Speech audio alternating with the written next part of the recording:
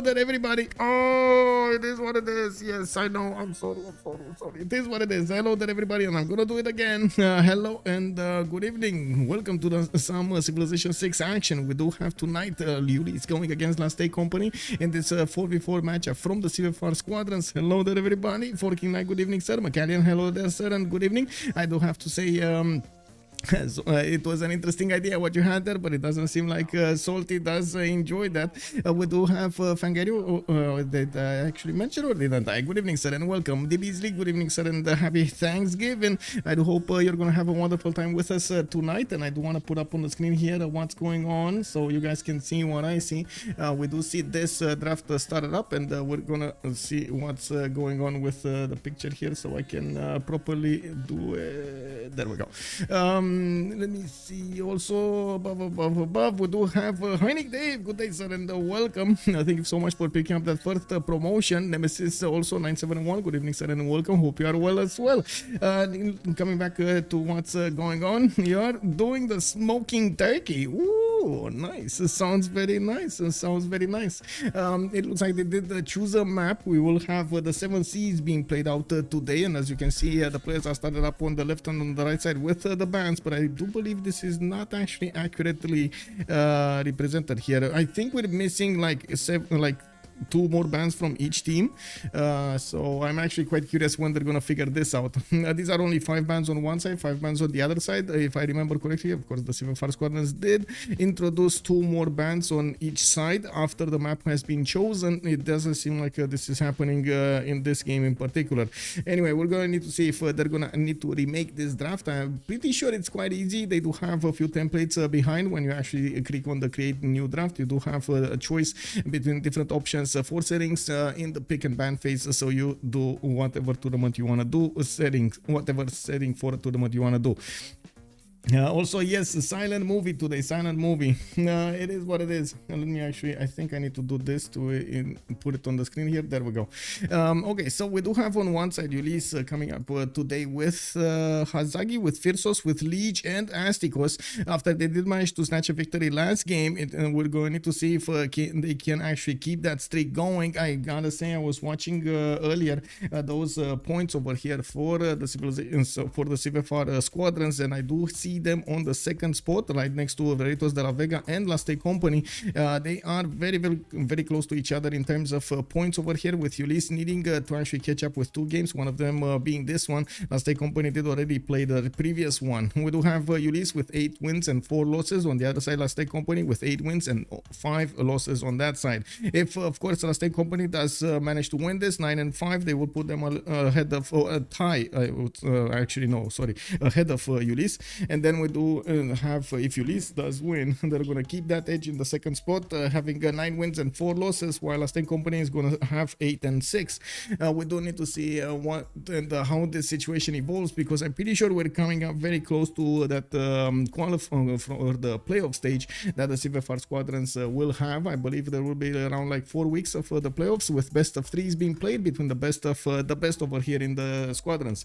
If I do hear the rumors very well, we will probably have the next CWC in April of next year, somewhere around there. Of course, definitely in after March, or in March, or after March, very late March, and there might be another season for the CivFR Squadrons in between. We will need to see if, of course, that's going to be actually the qualifier, or they're going to have another one. It's all up to the Frenchies over there to organize how they want to see this going. On the other side, on Last Day Company tonight, we do have Killayad with Malm, with Chuck and SunBro. I do have to say, if you want to take a look at the games from a player perspective, you do have Malm stream on one side and Astikos stream on the other, not to mention Lege's stream, which is, of course, a very well-known stream over here that I'm pretty sure you guys know about. Let me actually quickly take a look at what's going on here, because I'm pretty sure, oh my god, they kept on going. Kamikaze is saying LDK, I think LDK is saying that they need to recreate the draft. There are 3 bands, okay. Spain, Spain. Okay, somebody's saying Spain, Spain. Wow, Spain, pain, Spain, pain. It is what it is. Anyway, we do have also to say hello to YouTube. How is YouTube doing tonight? Let me actually take a look at what has been happening in the chat there. We do have Miguel Bonin. Hello there, sir, and welcome, Toasted Toad. Welcome back and welcome. I hope you're going to enjoy the content today as well. And also Senmo. Hello there, sir. Yes, no, Mike, I'm sorry for the beginning over there. Yes, we do have the 4v4 French League tonight. Wait, did I actually write something different in the thumbnail? I'm pretty sure I actually wrote CivFR Squadrons. Yes, it is CivFR Squadrons, let's say, company versus Ulyss. I do have to say that I encountered a few problems with YouTube. The thumbnails, even if I was updating the thumbnails, I did not manage to. I think I need to actually get a new one. Give me a second over here. Even if I updated the thumbnails with the name of the game and so on, after after the processing that YouTube did after the movie, somehow the thumbnail did get reverted to the previous one that I had. So I had like 3 games with the same thumbnail, and I was like, no, this cannot be. There are different teams, different names, and it is what it is. But anyway, let me actually switch my name to my usual name. I guess if you guys know Romanian, you don't know what it is. If you don't, it is what it is. I'm cooking zucchini spaghetti carbonara. Oh, I don't know about that zucchini, but spaghetti carbonara does seem very, very good. Hello there, sir, Alex2005, and good evening. This should be the new draft that they're gonna start up. They do need to add those extra bands over there on each side. And whoa, what do you mean? Oh, it's the map. Never mind. Whew. I was like watching only these bubbles down below, and I was like 3 on each side. No, this must not be real. We're gonna need to do it again. But this was actually the map choices. It looks like they're gonna take out the S. Was that Highlands? What was this? What is this small islands or something? Okay, there we go. Of course, 7 seas being the map, we can actually write it down over here in the chat, in the stream. I should say on the screen, actually, not in the chat. Give me a second. Where is it? Oh, come on, man. This is it. Okay. And then right over here, 7 seas is right under me over there on the left side of the screen. You can take a look at which map are we gonna play tonight, or I guess they're gonna play tonight. Now, what age map do they use? We always use New World Age. Because it does spawn with a lot more hills all over the place, and that in turn gives you a lot more production throughout the game, which in turn makes you be faster on everything. It is a little bit of a problem, and I guess that's the only aspect of the game that you're gonna not be that fast. It's the movement of the units, because of course being more hills, you have more stoppers for your units to move. It is what it is, but still, if you do manage to get those scouts with the hill promotion, it's gonna be fine. It's not wait, it's think it's not a good translation. It's in French. Courgettes spaghetti alla carbonara. Okay. Okay. I mean, so you think those are not zucchinis? That's I guess what you're. Beautiful courgette carbonara. Yeah, these are zucchinis. What do you mean? These are zucchinis. Pasta with zucchini carbonara sauce. I don't know exactly how it tastes though, but I am a bit reticent of the zucchini. Just saying, man. Anyway, let's come back to this and see what's going on. On the left side, we do have Last Day Company with the choices on the bands. As you can see, they're actually going very, very quick on this. I was not expecting them to actually go for 7 bands immediately so fast. On the right side, we do have Team Ulyss also picking up right now their 4th ban, while they did manage to take out on one side Scotland with Gandhi on Last Day Company. This should be actually the pre-game bans. On the right side, we do have Sumeria with of course Maya being taken out immediately by Ulyss. This is the 7 seas. Remember, they will actually need to build quite a few coastals, and I'm pretty sure we might actually see some naval action somewhere on the map. If not, at least they're gonna need to get those trade routes going. So having civilizations with some harbor, half coast harbors, a lot of trade routes, it will actually make quite a bit of a difference in the game.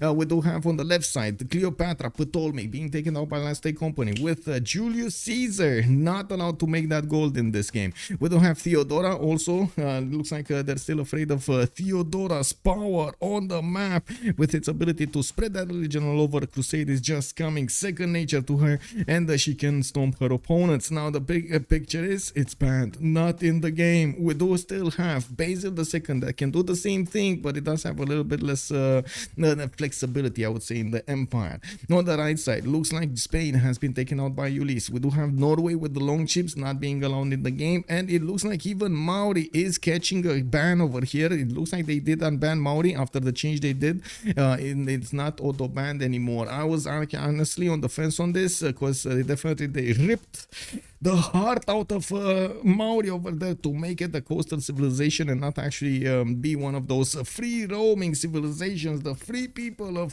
Civilization 6 game. It's not there anymore. They ripped it out. Now we do need to see if the players are gonna allow it back in, because to be honest, I mean, if it's still getting banned, you might as well just put the soul back in, you know, like you ripped it out, just put it back, man, just put it back.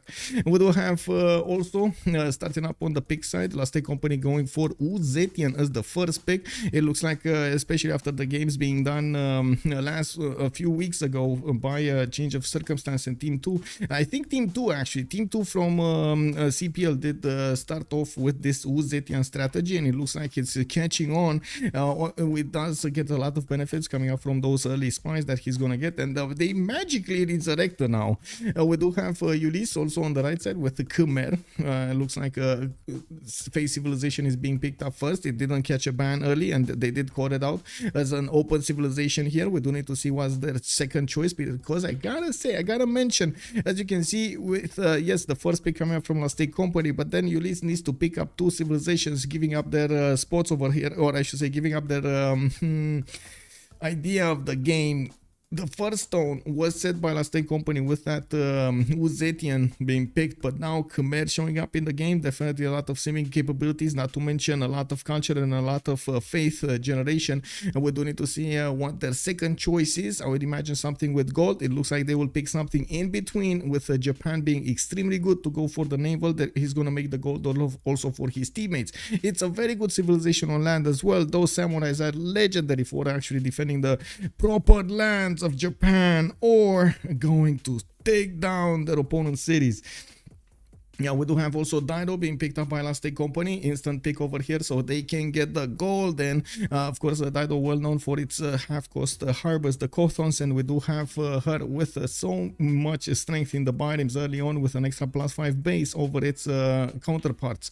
We do need to see how this is going to be followed up with the bans. Ulyss is going to need to take two more bans, two more civilizations out of the game, where we will see the same thing happening on the other side. And I oh my god, I'm so sorry. I do need to actually say like this and like this. I should not invert my hands. I am so sorry about this. I did see it on a documentary at some point, and no, I'm not gonna do it. No. I'm sorry about this if anybody's offended by that. Anyway. Let's actually catch up with what's going on YouTube. Toaster Toad, looking forward to the stream. Hey.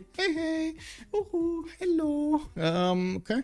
I do want a little mention over here for YouTube because I feel like I do need to actually express myself that I am trying out a few thumbnail designs, and I do want to see exactly how it works. I'm sorry if there will be a bit of chaos. I'm gonna try to minimize it as much as possible, but I do want to get the data, and it takes me a few days to actually let the thumbnails run through a normal cycle on YouTube. So I'm sorry if there will be a bit of chaos over there on the graphics on my channel. I do usually try to keep it as simple as possible and dedicated, like the different playlists with the different games with the different type of content and so on. But this time I do want to improve the thumbnails and the thumbnail result that I have. It would be nice to include improve that click-through rate. So I beg for your forgiveness. In the next few weeks or even months, I'm gonna keep on trying out different graphics. Oh, anyway, of course, your feedback is much appreciated. If you do want to give your feedback about the thumbnails, be sure to go ahead. I will take into account every, of course, opinion about it. It's very important to me to see how the community reacts to my content, get the feedback improve, and so on and so forth. Because I believe that's a natural way of doing things. We do need to take a look at what's going on here on Ulyss's bans. It looks like they did take out Australia on the right side, and then LSC responded with taking out Montezuma. They do have 2 more bans to go, one on each side, and we're going to need to see how they're going to finish up this ban phase so they can get into this last pick phase with 4 more civilizations that need to be picked. I'm pretty sure they're going to duke it out on this map. It's well known actually that both teams do like to play quite a bit of simming, but during the game, I'm pretty sure they're going to make quite a few armies to send to each other to try to stop each other from actually getting that sim done. Now we're going to see the pokey. We're going to see if there are going to be any kind of 1 versus 2s happening on the 7 seas. There might be some coastal opportunities for them to disembark or fight navally for control. We've seen multiple times how important it is to actually have the naval control on your side of the ocean, and it's not really an option to let it go. Very rarely we actually see an option to let go of the naval control. Let me actually switch screens over here so I can see you guys talking. No Pedro pick, but it might be in the next one. Also, you can't go wrong with the Japan on 7 seas. Yeah, I guess. Also, Brazil is really strong in the 7 seas, right? I guess it kind of depends with Brazil. Usually it does tend to spawn in the middle on with where the rainforest is, or I should say a little bit in the upper hemisphere where the rainforest is. The biggest issue actually is not in the upper, it's middle lower hemisphere. But anyway, the problem with that is you might actually spawn between a lot of your opponents. It is good. It is good if you like the gameplay. The style of Brazil is definitely different than others, but if you do like the gameplay, it is a very good nation to play with. Those minas are so strong. Yes, the minas are definitely the strongest unit at that moment in time. We do have Rome with Ulyss. Okay, he's gonna pick Rome. Flexible nation, doesn't actually give up any kind of intention for the next part of the game. With Ghenghis Khan being picked up by LSC, and they do want to follow up with something else, it does seem like they're gonna put a lot of pressure on land against their opponents. Zetian also has that ability, and they're gonna follow up with a choice in Portugal. Okay, I mean, yeah, definitely over here we do have the nows that are gonna be strong at the caravel timing. We're gonna see how much gold he's gonna make during the game, but we've seen that it wasn't really slowed down. I mean, it was slowed down by the nerf, but it wasn't slowed down to the ground. It's still up there. You can still get a lot of economy going over here with Zhao the second. Is it Zhao the second? I think it's Zhao the second, right? Anyway, we do need to take a look at the last pick. I'm pretty sure with Ghenghis Khan being on the side of Last Day Company, they might want to take a look at what they can pick that they can counter Ghenghis Khan with the extra diplomatic visibility damage that he gets with the ability to get so many Kesheks and the ability to irrel into somebody at the Keshek timing, or I should say the medieval timing. This is a bit of a problem. We will need to see if his opponents will manage to withstand his power. Good evening, Kyber. Hello there, sir. It is Zhao the Third. Okay, Zhao the Third. Okay. Mi scusi. Hello, Project Cisco. Hello there, sir. You pick Colombia. Oh, I mean, Colombia definitely a strong pick on this one. And also, yes, Kyber, we do have a big game with a big first pick. Let's actually see what's going on over here. We do have Killayad going for Dido. Hazaggi is going to go for Hojo. We do have Phyrsos going for Rome. Looks like Lege did pick up first Jayavarman the 7th. He really likes to actually play with the civilizations with the faith, and of course being in a simming position. We're going to need to see if he's going to get that opportunity in this particular game. Chuck is going to be the one playing Zetian, which to be honest, he was the one, and he usually is the one that is playing a lot of the times with the civilizations that are a bit out of the box. They're out of the norm of the normal meta. Let me check my 0ms really quickly and then move on to put up the poll. We do have 0ms to everybody, and I can ready up. That's the first pick or ban on this map, in my opinion. Yeah, Justice, hello there, sir, and welcome. Portugal, last pick on 7 seas. Yes. Yes, Portugal very far, very far. They did not actually take it that much into consideration here. Okay, so let me actually go through my settings really quickly so I can do everything I need to be doing for the next part of the stream. How many remaps we will have? Prediction is gonna start up on Twitch, on Twitch chat, of course, twitch.tv/OnSpotTV. Start up a prediction for how many remaps we will have. Remember, the players do have one remap token on each team, a 10-10. We're gonna have the game being paused. We're gonna have a remap vote for a minute, and they're gonna need to decide if they want to remap or not, use that remap token or not. And of course, if you do manage to correctly predict the outcome of that result of the whole game, how many remaps we're actually gonna have, you can win quite a few channel points over here. There's actually quite a bit of a ruckus being generated by these predictions. Unbelievable. The French meta is different. They think Khmer is a Civ. I mean, Khmer is a Civ. What do you mean, Kai? Oh my god. Oh my god. What do you think it is? Is it a horse? Is it a cow? Is it a plane? Maybe? Wow. Khmer is not a Civ. Throwing those over here. Oh my god, you wanna annoy? It's a feed. Oh no. Oh my god, you're trying. Oh, the drama over here is generated in chat. Look at that. Sandorios, hello there, sir. That's a couple of times Lege plays Khmer now. He must have been training. I'm pretty sure Lege has been playing Khmer for a long time, even with the nerf that it received for the face generation next to Rivers, if I remember correctly, on its holy sites. It still is a powerhouse in the game here. We do have also Malm going for Ghenghis Khan. I would say he's a bit out of his norm here. Malm is going to be a bit more aggressive this game. I do like that he's actually going to pick something like Ghenghis Khan. He likes the civilizations like Vietnam and stuff like that, but it does seem like at this time he wants to be a bit more on his enemy. He wants to be there on the doorstep of his opponent and drilling those damage points in. Justice also, well, I don't mind Khmer tag. I'm just shocked about Zhao picked so late. Well, you thought Ptolemaic was useless, so I don't know. Yeah, I guess it is what it is, man. Okay, let me actually put up the poll also on the live stream chat on YouTube. Give me a second here while the first map is being loaded. I can start the poll here. How many remaps? Let's see, 0, 1, or at option 2, and start the poll. There we go. Now on YouTube chat, you can actually take part of this poll. I don't have a prediction for it. There are no YouTube magical points that I can actually give you, but I definitely can gauge your opinion of what do you think will happen. This is the 7 seas. We're gonna have quite a bit of naval action. We're gonna have quite a bit of land masses sprawling over there, maybe connected, maybe disconnected. We do need to see the first maps, how they're gonna be, and it looks like it is gonna be quite connected. The land is quite connected. So yeah, Pompidide, hello there, sir. Bonsoir, monsieur, bienvenue. You thought Ptolemaic was useless, yeah? Barsaki also, bonsoir, monsieur, bienvenue. How are you doing, sir? When they pick Babylon, yeah, that is a very big question over there. Kuiper, where will you pick the Babylon? Anyway, coming back to this, oh my god. Okay, let me actually switch this. Good thing my Discord wasn't on, and I think we should be good to go, right? We should be good to go. Just need to switch my sound settings so I can hear properly the game sounds, because yeah, I wasn't hearing them at all. There we go. Oh my god. Oh my god.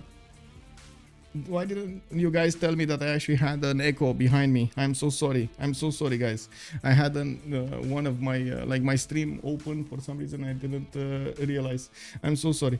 Anyway, we do have Kyoto coming up with his city on the coast. He's gonna have his 2-2 base. I do believe they had implemented BCY, so I'm pretty sure this is a BCY balanced kind of start over here, not this. Let me actually take a look. Yes, his capital is only balanced. We do have him with a scout coming up in 3 turns, and by the looks of it, unfortunately, he doesn't have another settle on that particular river on the right side, but he does have quite a few rivers on the left. Actually, that's a lot of floodplains that he's going to get to benefit from on the left side, with a lot of geothermals also next to the coast, benefiting from very good tiles next to them. Oh, this is the dilemma, right? Are you actually going to chop that deer tile? It kind of seems like you need to chop that deer tile. Well, who was it that actually said when he sees deer, he thinks chops? It's just a simple man, you know, he thinks, he sees deer, he sees chops. That's it. Yeah, chop the deer all the way. Yeah, all the way, man. He does have Matterhorn to the northwest. Ooh, I like this Matterhorn samurai somewhere. Does he have an opponent? He does. On the left side, he's actually gonna have to fight Malm. That will have a few chokes to pass through, and by the looks of it, I have to take over in the southeast. We're going to need to see how both of them are gonna need to approach this, because I'm pretty sure there's gonna be quite a bit of a conflict over here, or I should say at least some shots fired across the mountains. We do have Korakolum with his 3-1 banana, and I do see he's getting his 2-2 sheep tiles all over the place to improve. Definitely has the horses to get his war generation going, war units going. Now we do need to see how he's actually going to try to benefit from all of this land. It looks like a continent split is going to separate him from the left side, while he does have geothermals on each side. Yeah, he's going to benefit from a lot of adjacency towards campuses because of these. Now he does have a decent amount of gold also coming up from the diamond tile to the southeast, but that's his only tile that he's actually going to get with diamonds, so I would not say he's going to have enough gold. I'm sorry, I just circled myself over there. It is what it is. In the south, we do have quite a bit of a bad spawn here for Chuck. I don't really like this spawn. Like a 3-1 base with some 2-2s around him. He does have 1-3s and the fish in the water. I do have to say there aren't that many tiles to actually work everything, to be honest. Have extremely high pop cities. Well, he's going to have some cities to settle on the west side. Well, from what I do see, he's not going to have to bother anybody here to get here on the left. On the right side, he's going to have Khmer to fight off. And actually, is he to fight off? I think it is to fight off, right? Yeah, we do have Khmer here, Lege, an open enemy of Chuck, and we're going to need to see how they're actually going to poke each other between the mountains. There are two land pathways that they could actually take from the left to the right, or from the right to the left. And I'm pretty sure Chuck wants to settle this eastern anyway. We do need to see, of course, how things will evolve. It definitely has the starting area, which he can use to get quite a few settlers out. It's just I don't know, maybe it's just my personal preference. I don't like this spawn. I guess this is what it is when you actually pick Zetian on a naval map. Prediction: Zhao will have more GPT than enemy team combined. Yeah. Save your breath. This is going to be a remap, you think? Okay. If it was something like bananas, the decision would be harder since it's such a bad chop, but deer and woods are great chops. Yes, that is so true. They need to remap this. Everybody's bad spawn. Soberman is sending us. Good evening, sir, and welcome. We do have also, that's not even a prediction, it's a fact. Prediction will be when? Yeah. Wow. You guys are completely convinced we're actually going to see a remap. But the Banana King, or wait, is this the Banana Queen over here? I think it's the king, right? It's Astikos. It is the king. We do have 3 bananas for him on the right side with some sugar on the left. Oh man, he's gonna get some of those Chinese caramelized bananas going. He does have a pretty strong settler in the north with possible 2-2 settles, and I do see he's gonna get quite a bit of territory here on the left and on the right. Oh, that's a bit unfortunate. For a second there, I thought Egypt is actually going to be the ally of Joe III, and I would have only imagined what would have happened if you would have Portugal actually sending settlers to, sending trade routes to Egypt. For a second there, my mind exploded with like gold, you know, like you know, in the casino slots when you actually hit the jackpot and it's like ding, ding, ding, ding, ding. I was like, exactly that was happening in my brain for a few seconds. Ding, ding, ding, ding. I was seeing like the gold coins just showering the method down below. You aren't with bananas today? And no, I still have 2 of them. Yes, I still have 2 of them. I ate a few of them. What? I'm trying to keep myself healthy, you know. Big monkey right here. It is what it is. Or big bear, what you want to say. It is what it is. Anyway, on the right side of Egypt, we do have SunBro that's going to keep an eye on this coast. Looks like he's going to get a decent amount of coast to settle and not going to need to worry about any one of his opponents. I'm pretty sure he doesn't consider Egypt as that big of a foe, even though, of course, I'm pretty sure Astikos might want to defend his capital. We're going to need to see if he's going to dedicate to the coast. He could try to keep up with the necessary navy and, of course, science and other requirements that it would need to take to be on the same tempo as Portugal. We do have Portugal also with a 311 fish tile. He does have to the southeast this 2-2 tile. No. Oh, the settle next to the dice tile to get that faster pantheon. I'm pretty sure he could just easily settle the citrus and buy out the dice tile, so he can actually have the extra amenity from the beginning, the extra food underneath his settle, and of course get the extra faith as well. Could settle another city to the west if he wanted to. Looking on Dido, let's actually see. We do have Dido. Oh, the empire of the chocolate nation. Ooh, we got the chocolate people here. Oh my god, look at this, man. This is chocolate loving people. We got 223 cocotiles, the 231, I mean wine and chocolate and bananas. Wine and chocolate and bananas. Imagine having meals of wine and chocolate and bananas every day. Oh yes. Had a game was Joe trading with Muhtesham. Oh, Muhtesham. Have been like 3,000 between us. Whoa, 3,000. That sounds like a bit much, man. Also, Magnusio, hello there, sir. Ulyss is the clear favorite here. I'm not sure if they're the clear favorite. I'm sorry, I will need to disagree with that statement. Last Day Company has been doing amazingly well to actually get a lot of skill going. I gotta say, a lot of strategies. They learned about their opponents. They had a very good result. As you saw at the beginning of the stream, I did show you the ranking. They're very close to each other. Second place and third place in the CivFR Squadrons. That's not easy to achieve, definitely. Also, Ulyss won one game out of their 5 or so, maybe more. That is also true. Yeah, cool whip. Hello there, sir. Now we do have Killayad moving his settlers towards the west, while he didn't manage to meet the Roman warrior on the right side. He will know where Rome lies, and of course Rome is actually sending a settler right in his face here, because why not? There's a decent amount of coast that he could go for.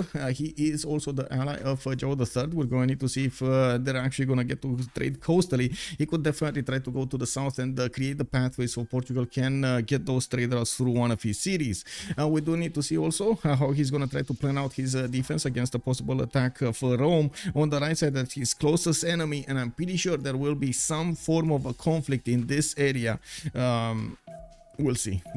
Rome was the last pawn. We do have him with settler coming up in 7 turns, and I do see he also has a few bananas. Wuling Yuan to the south. Wait a second, did he not see Wuling Yuan? Did he not see Wuling Yuan? What do you guys think? Did he see it or did he not see it? Very quickly. Hello there, Urek. Good evening, sir. Hello. Not only a bit much. That's ludicrous, since not too hard with those civs. Still not too hard with those civs. Okay. Does Portugal start internals like everybody else, or do his bonuses warrant externals the entire time? Okay, let's see. Nazi. Cool whip is correct. We do not have Phyrsos, seeing that he actually has one of the biggest wonders of the game over here to the southeast, Wuling Yuan, which will give him those extra culture points around it. And they will need to actually get this vote going without that information. That's a bit sad. It is what it is. It is what it is, boys. It is what it is. And girls, of course.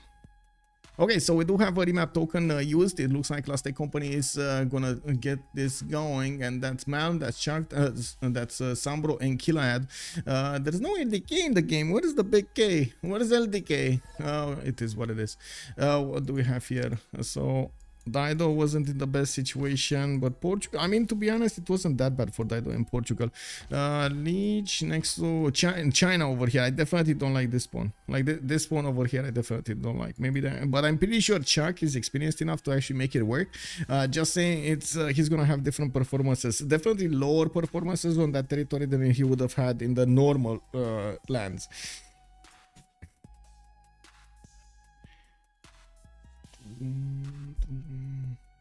Get this going.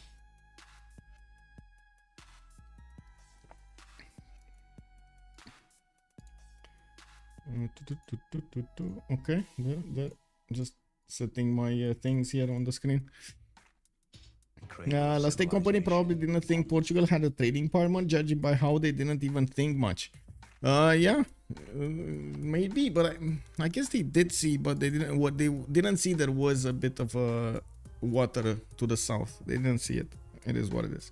Anyway, we do have to the northwest. Let's see. Okay, that's gonna be the last one we're gonna talk about, and it looks like it is actually Khmer, the first one to talk about, and he's gonna have something with science here. That's a mercury tile to the southwest, and he's also gonna have another one next to the mountains there to the southeast. I do see an ivory. Is this ivory, or is this gypsum? Oh, it's ivory over here to the south. Another amenity quite close by. I'm pretty sure he can actually settle on the 2-1-1. Not a lot of the players do prefer to settle on 2-1-1s, mostly because of the lack of extra production that you will have in the capital. He could easily try to work out that 1-3-1, but that's lacking food, and all over again you get into a cycle of you might not be as optimized as possible. We don't need to see how Lege is also gonna try to settle all of this territory. He has a lot of territory to settle, and he's quite far away from his next door opponents. Has Astikos to the northeast as an ally, and by the looks of it on the right side he will have Malm. That means Malm will probably have to go through Astikos to get to Khmer. Now Lege is probably in the perfect position to try to get the simming going. Hazaggi is also going to be on the west side. This is perfect situation for them to actually trade with, and if Hazaggi is going to get his back on the left side, we're going to see how Portugal is going to... Ooh, Portugal can be attacked by samurais. Guys, get your popcorn ready. If this map is gonna go through, we might see quite a bit of action. Hello there, Rambling Man. Hello there, and welcome. I'm literally using red whip as I type. Oh, I see.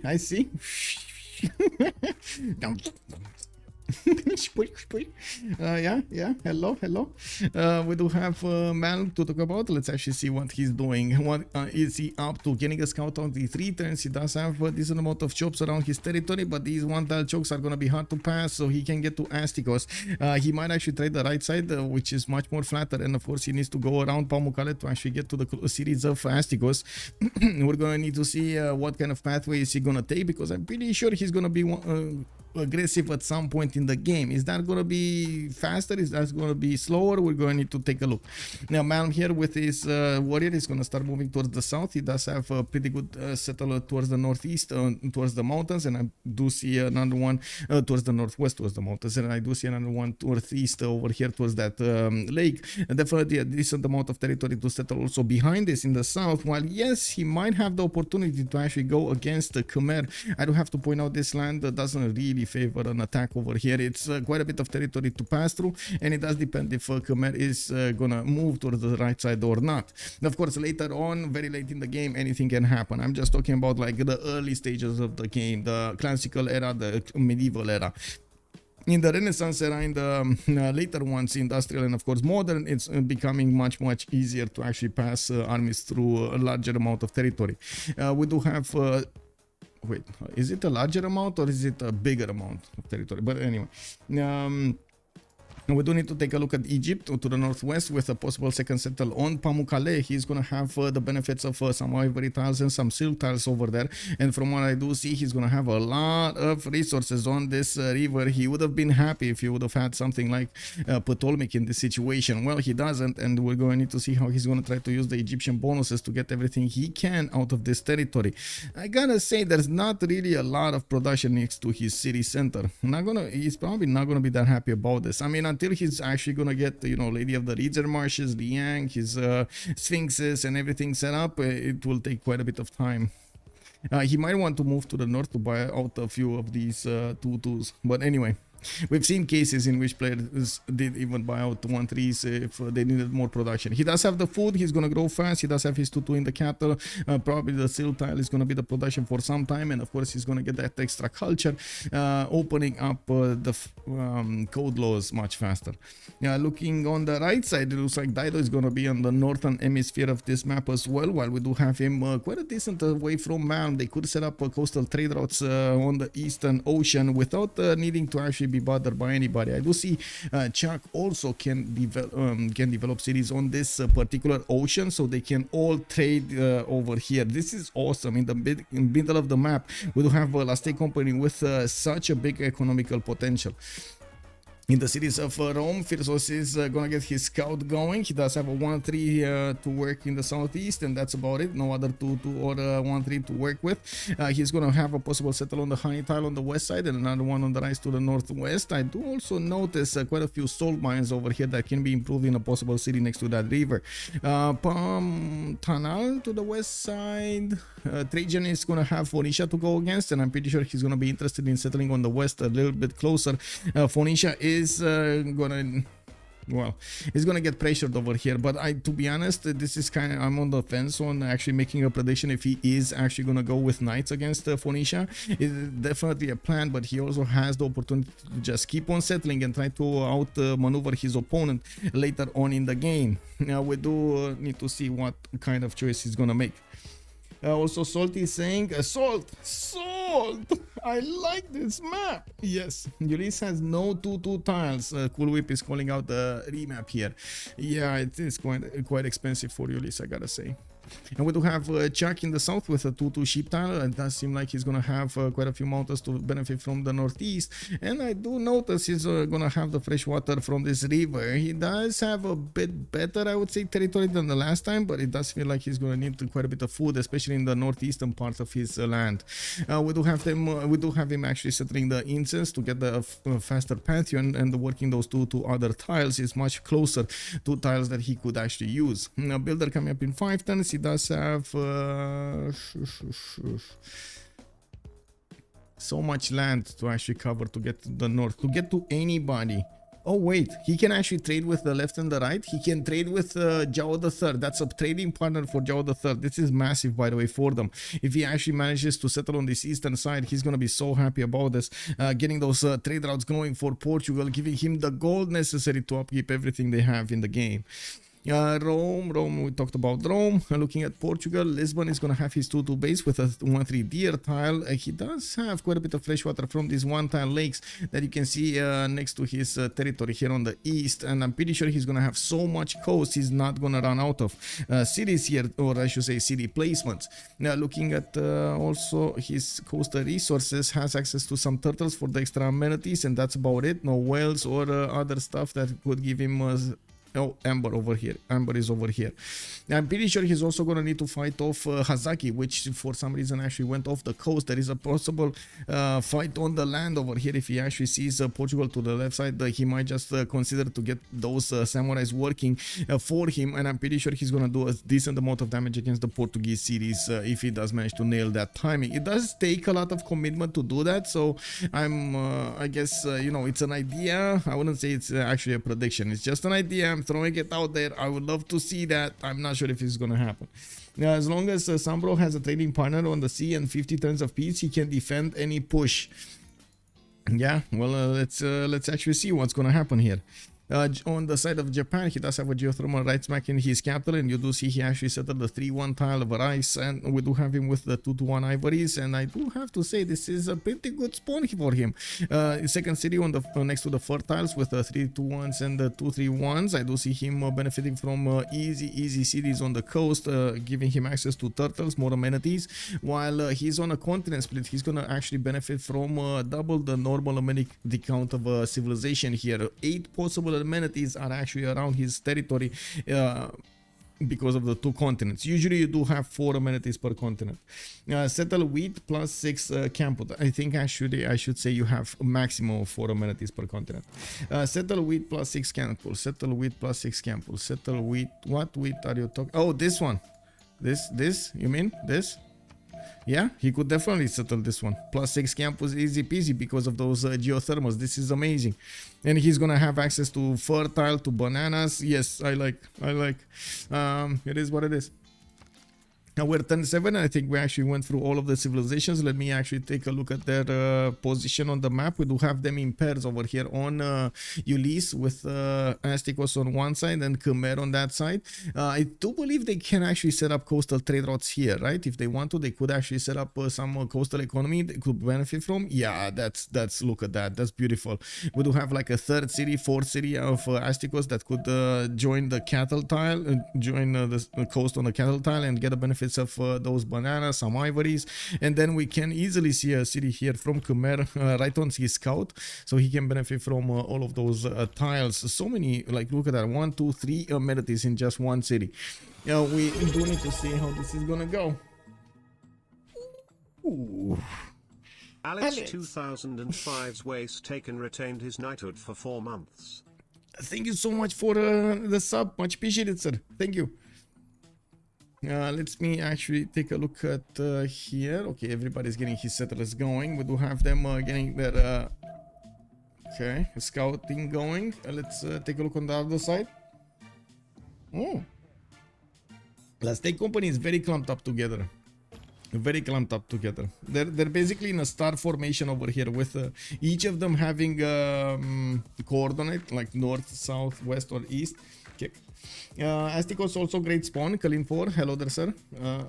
Good evening. Also, Japan is going supernova this game. Is he? Do you think he's gonna go supernova? That's a very good question. I mean, let's see. Let's see. Because Zhao the Third next to him, it's quite a problem. And they do see Zhao the Third. They did manage to actually scout each other.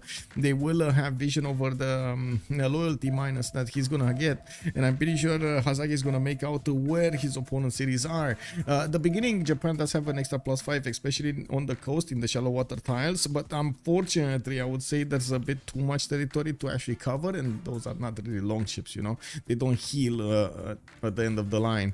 We're going to need to see if Hazaggi is going to want to be aggressive. I would doubt it, though. I would really doubt it. Does he know about this east? No. Oh my god, look at the scouting here. Oh, he doesn't know about the big +6 campus that he's going to have here. That's a problem. Yeah, he doesn't know, man. He doesn't know. Also check continents, Soberman. You mean how many continents each team has? That's what you want me to check. I guess we do have Ulyss with at least 2 continents over here. Let's actually see. 2 continents. What's the next one? Egypt. Still 2 continents. And what's the last one? Is it Dido? No, it's not Dido. Who's the last one? Rome, right? Rome. 2 continents. Ulyss actually has only 2 continents.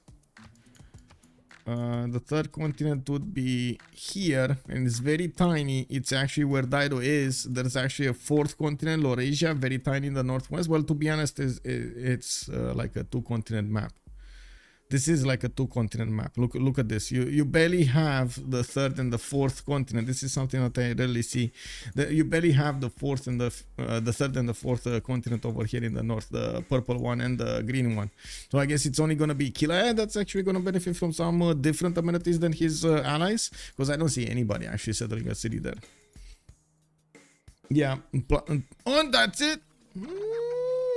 Gentlemen, start your engines. We need to finish up the production and get this game going. And Last Take Company said remap for the first one. Ulyss said we can play this. And as you can see over here, they did actually keep on going to 10, 11. Let me actually finish up everything I need to finish here. Manage the prediction, choose outcome. We did have 1 remap throughout this, and on Twitch, on YouTube chat. Let's actually take a look over there what you guys are doing. You voted 1. Woo, we got this. Oh, look at that beautiful synchronization between YouTube chat and Twitch at the same time. Both of you actually voted for the 1 option. Very nice. And somebody just sneaked a vote in, because yeah, that's how it is, man. That's how it is. I don't know who you are, but you know what you did. You know what you did. I'm pretty sure you know what you did. Sneaking a vote in like that. Wow. I forgot what I predicted. Okay, Beasley. It is what it is, man. Now let's actually take a look in the game. We're gonna need to take a look at the strategics, and I do want to take a look at city states, and then we're gonna put up the next prediction. Let's start up with Lege here. Lege is gonna be left side. He does have his first holy site getting built in Angkor Thom. As you can see, he's actually sending a settler to the east, not there but here on Dalol. He does want to get the benefits of the ivory tile and Dalol as well, for the extra science, the extra gold, for the extra production coming out from the ivory. We do also have him with pretty good placements for his for his holy sites, a possible +3 over here or a +4 next to the one that I'm pretty sure he's going to be fun getting those tiles improved with districts with holy sites. That also makes me wonder if he's going to want to get river goddess or not, because usually you do want with if you do pick river goddess, you do want it next to the river, obviously. So is he actually going to put it as a +2 to the north or a possible +3 after river goddess? I don't know, we're going to need to see. It's GG by 1074. We got Oaks Daniel over here calling out the biggest prediction of the game. Wow, bro, just throwing an axe in the stream like that, you made a deep cut. I went 2 for the bigger payday. I see. I mean, it's fine, you know, you put 50 points in with a possible 1000th payday. Why not, you know? Let's actually see next. We do have to take a look at the iron. He's getting it in the fourth ring. Third ring in the north of Angkor Thom, while we do have forces in the fourth ring on the right side. Unfortunately, that's a bit too far away for him to improve with his capital. He's gonna need to get another city there. Carlop has joined the round table. Carlop, thank you so much for joining and much appreciated for your follow. Does Dalol have any bonuses? Yeah, extra science and gold. That's it. Also, GG by Ulyss 1074. Elastic Company win this easily. Oh, I like this. We got. Look at that. We got quite a few different views going on in the chat right now. Okay, let's see. Let's get it going, man. We got the fans showing up to the game. Now we do have to take a look also on Egypt. He does have his first placement of Stonehenge here. He's gonna get it to the southeast on his river. I do see he's also gonna place a holy site on the biggest tile of Pamukkale. He does have 2 of them, but that's a +7 holy site that he's gonna get the benefits on from. He would have had a +5 campus, but I guess he gave that away. He still can't get one, but yeah, you know what I mean. It is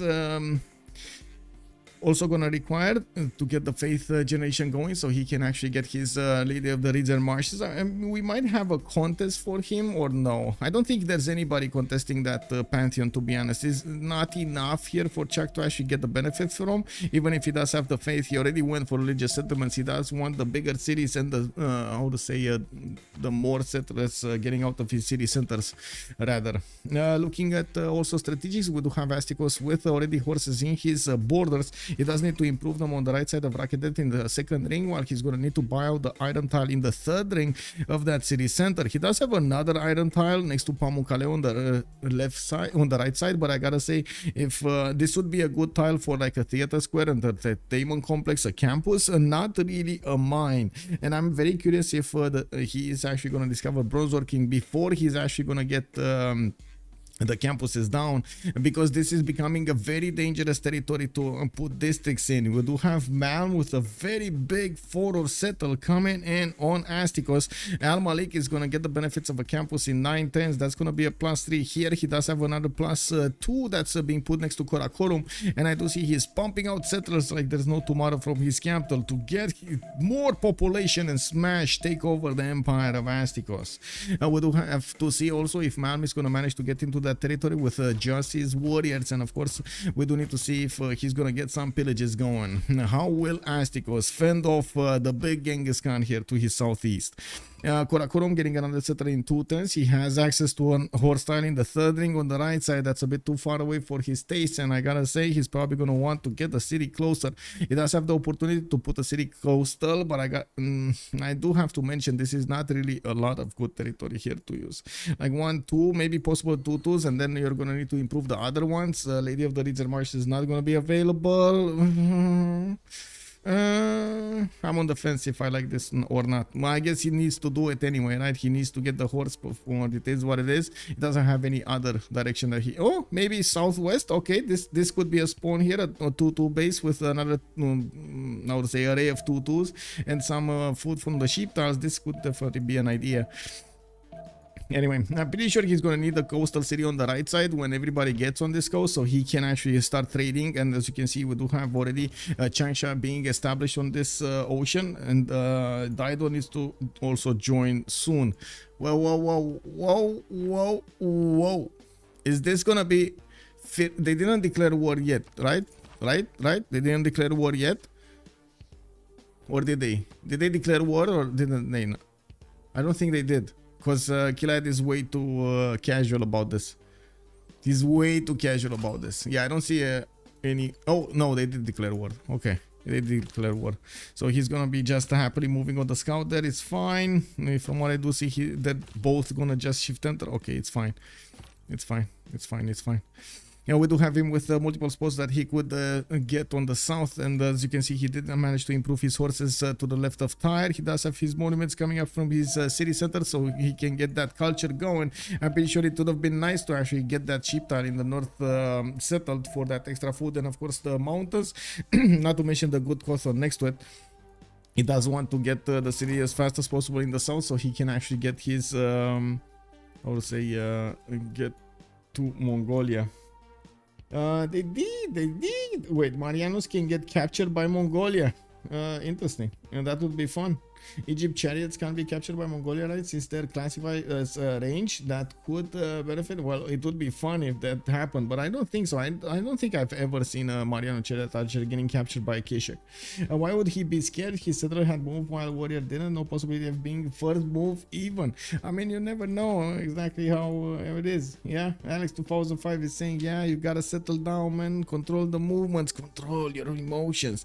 But we've seen a lot of situations in which players took it a little bit too laid back, and then poof, like that warrior just got the settler. You know, you gotta be on your shift enter, you gotta be on your point with the moves.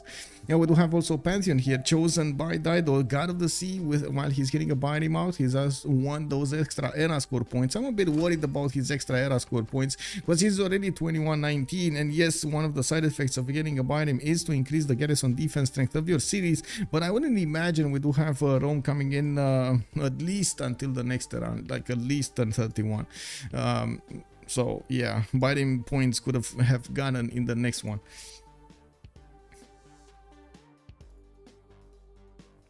I think we did finish stuff over here. Give me a second. This. Now let's see if we forgot to move the settler. That turn and shift enter wouldn't have taken it. So no real threat. Yes, but yeah. True. You're true. You are correct, sir. Let's actually take a look also next. We do have Zetian that's trying to get his Temple of Artemis going. I do see him with a 1, 2, 3 amenities in the capital city, and I don't see any more. Actually, he would have had an extra incense style to upgrade, but that's not happening anymore. He did settle on it.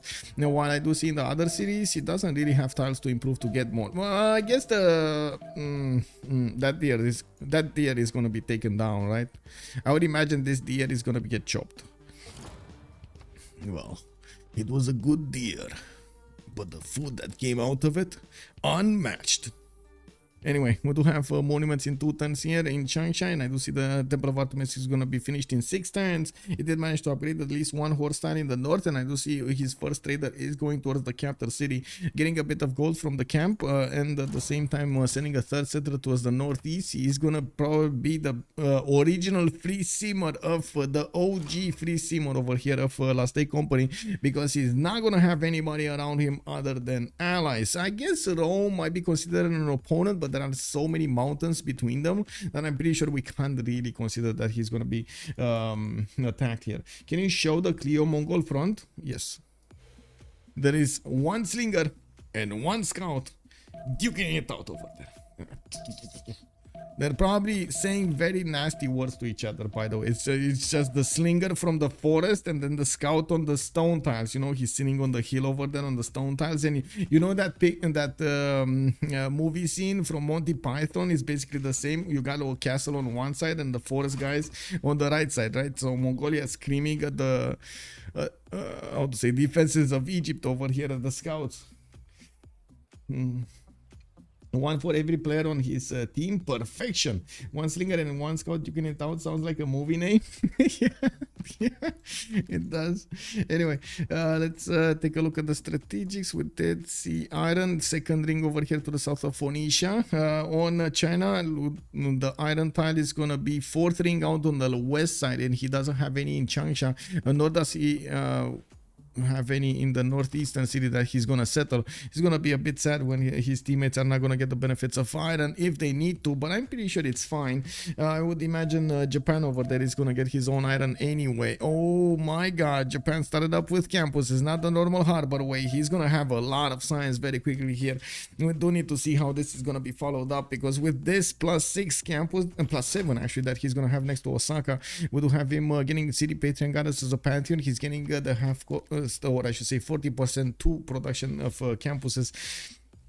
And we do already have Japan getting a lot of benefits from other possible half-cost districts like the Holy Site or its Theater Square. And in Kiamat, I believe they include in Kiamat in that also. So the 40% into harbors and campuses would be amazing.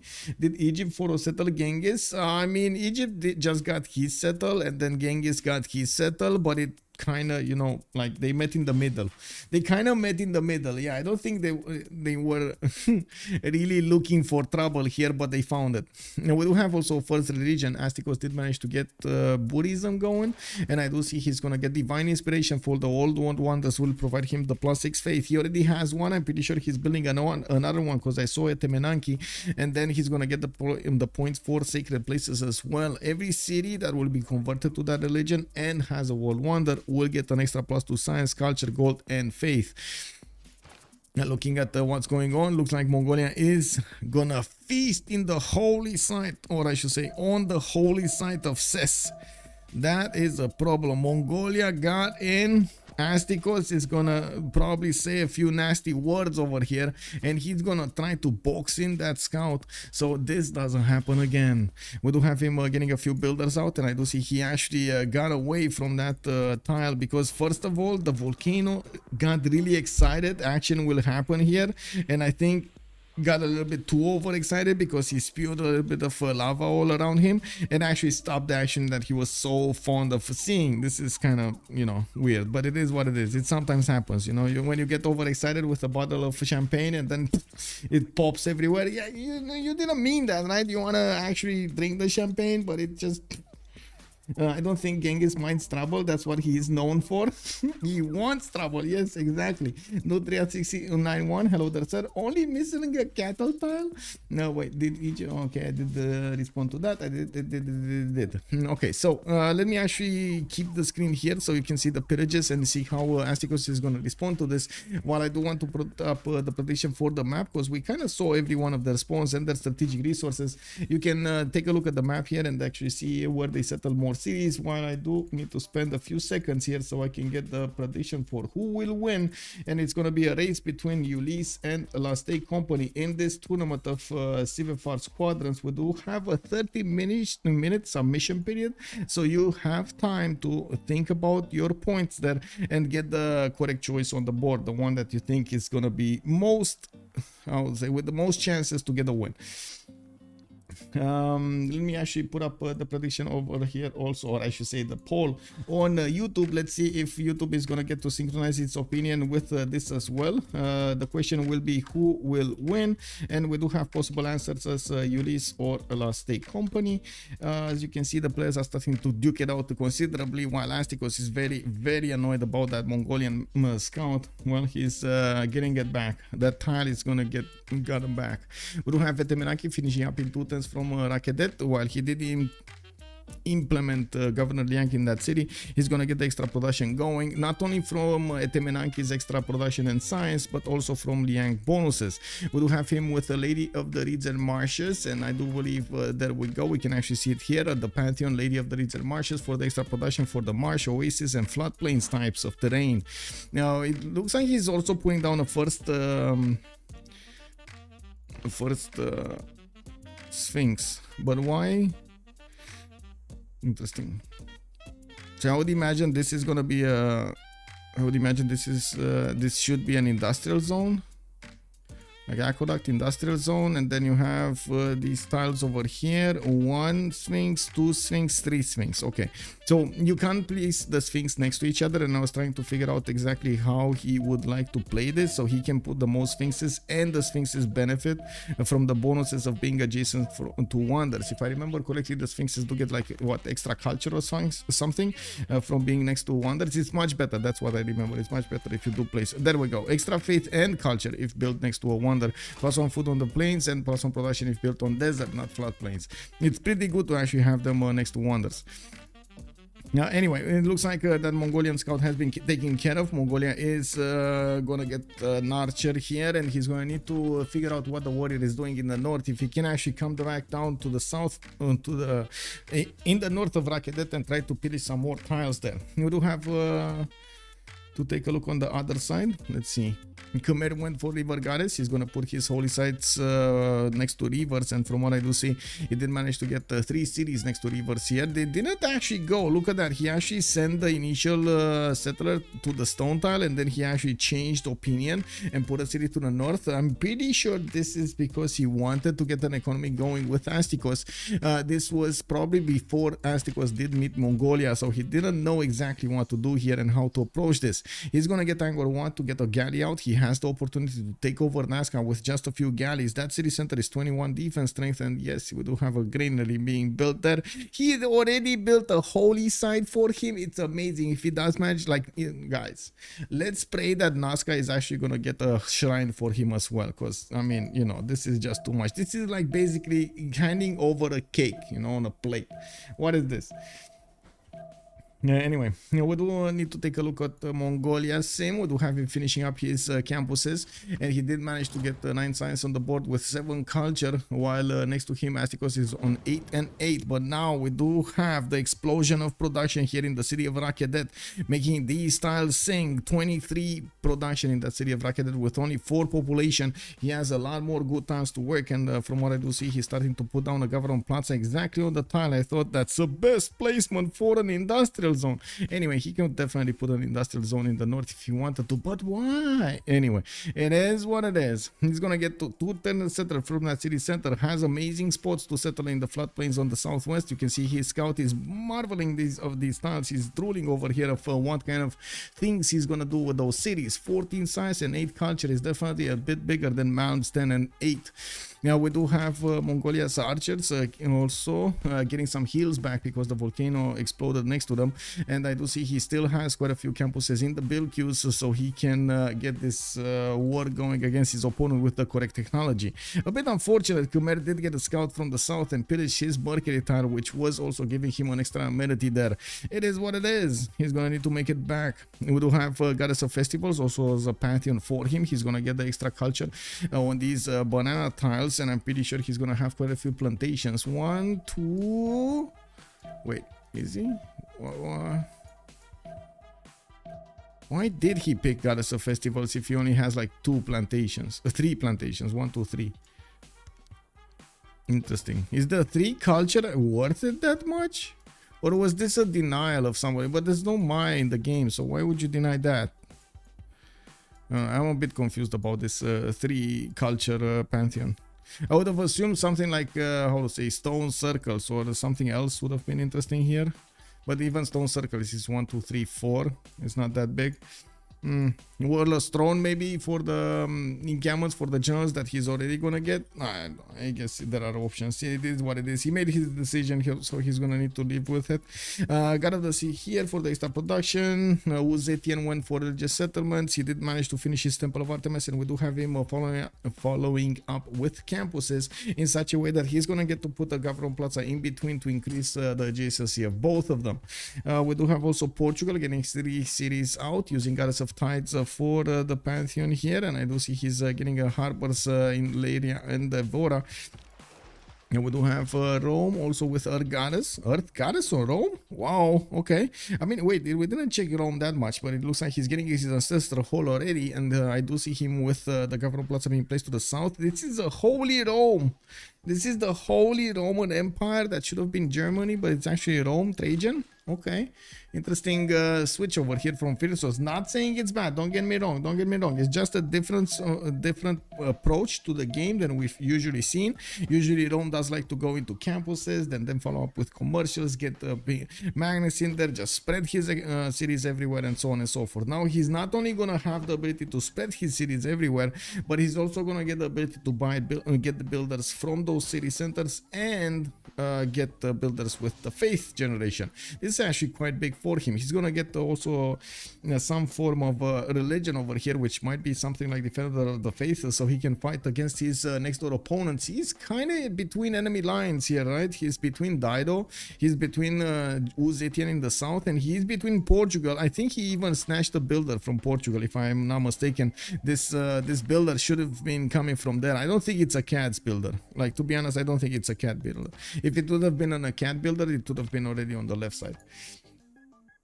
Let me see what chat is saying over here. What are you guys saying? What is it going on? Imagine if Rome would have gotten Festivals Pantheon. Good deny, to be honest. Yeah, I guess, yeah. That's a reason. That might be a reason. But are they seeing the lands of Rome? Not really. They don't know anything about Rome. Anyway, is it a good deny? Let's see. 1, 2, 3, 4. Yeah, it's a good deny. Yeah, 5. It's already a lot of culture. 6 over here, 7, 9, 10.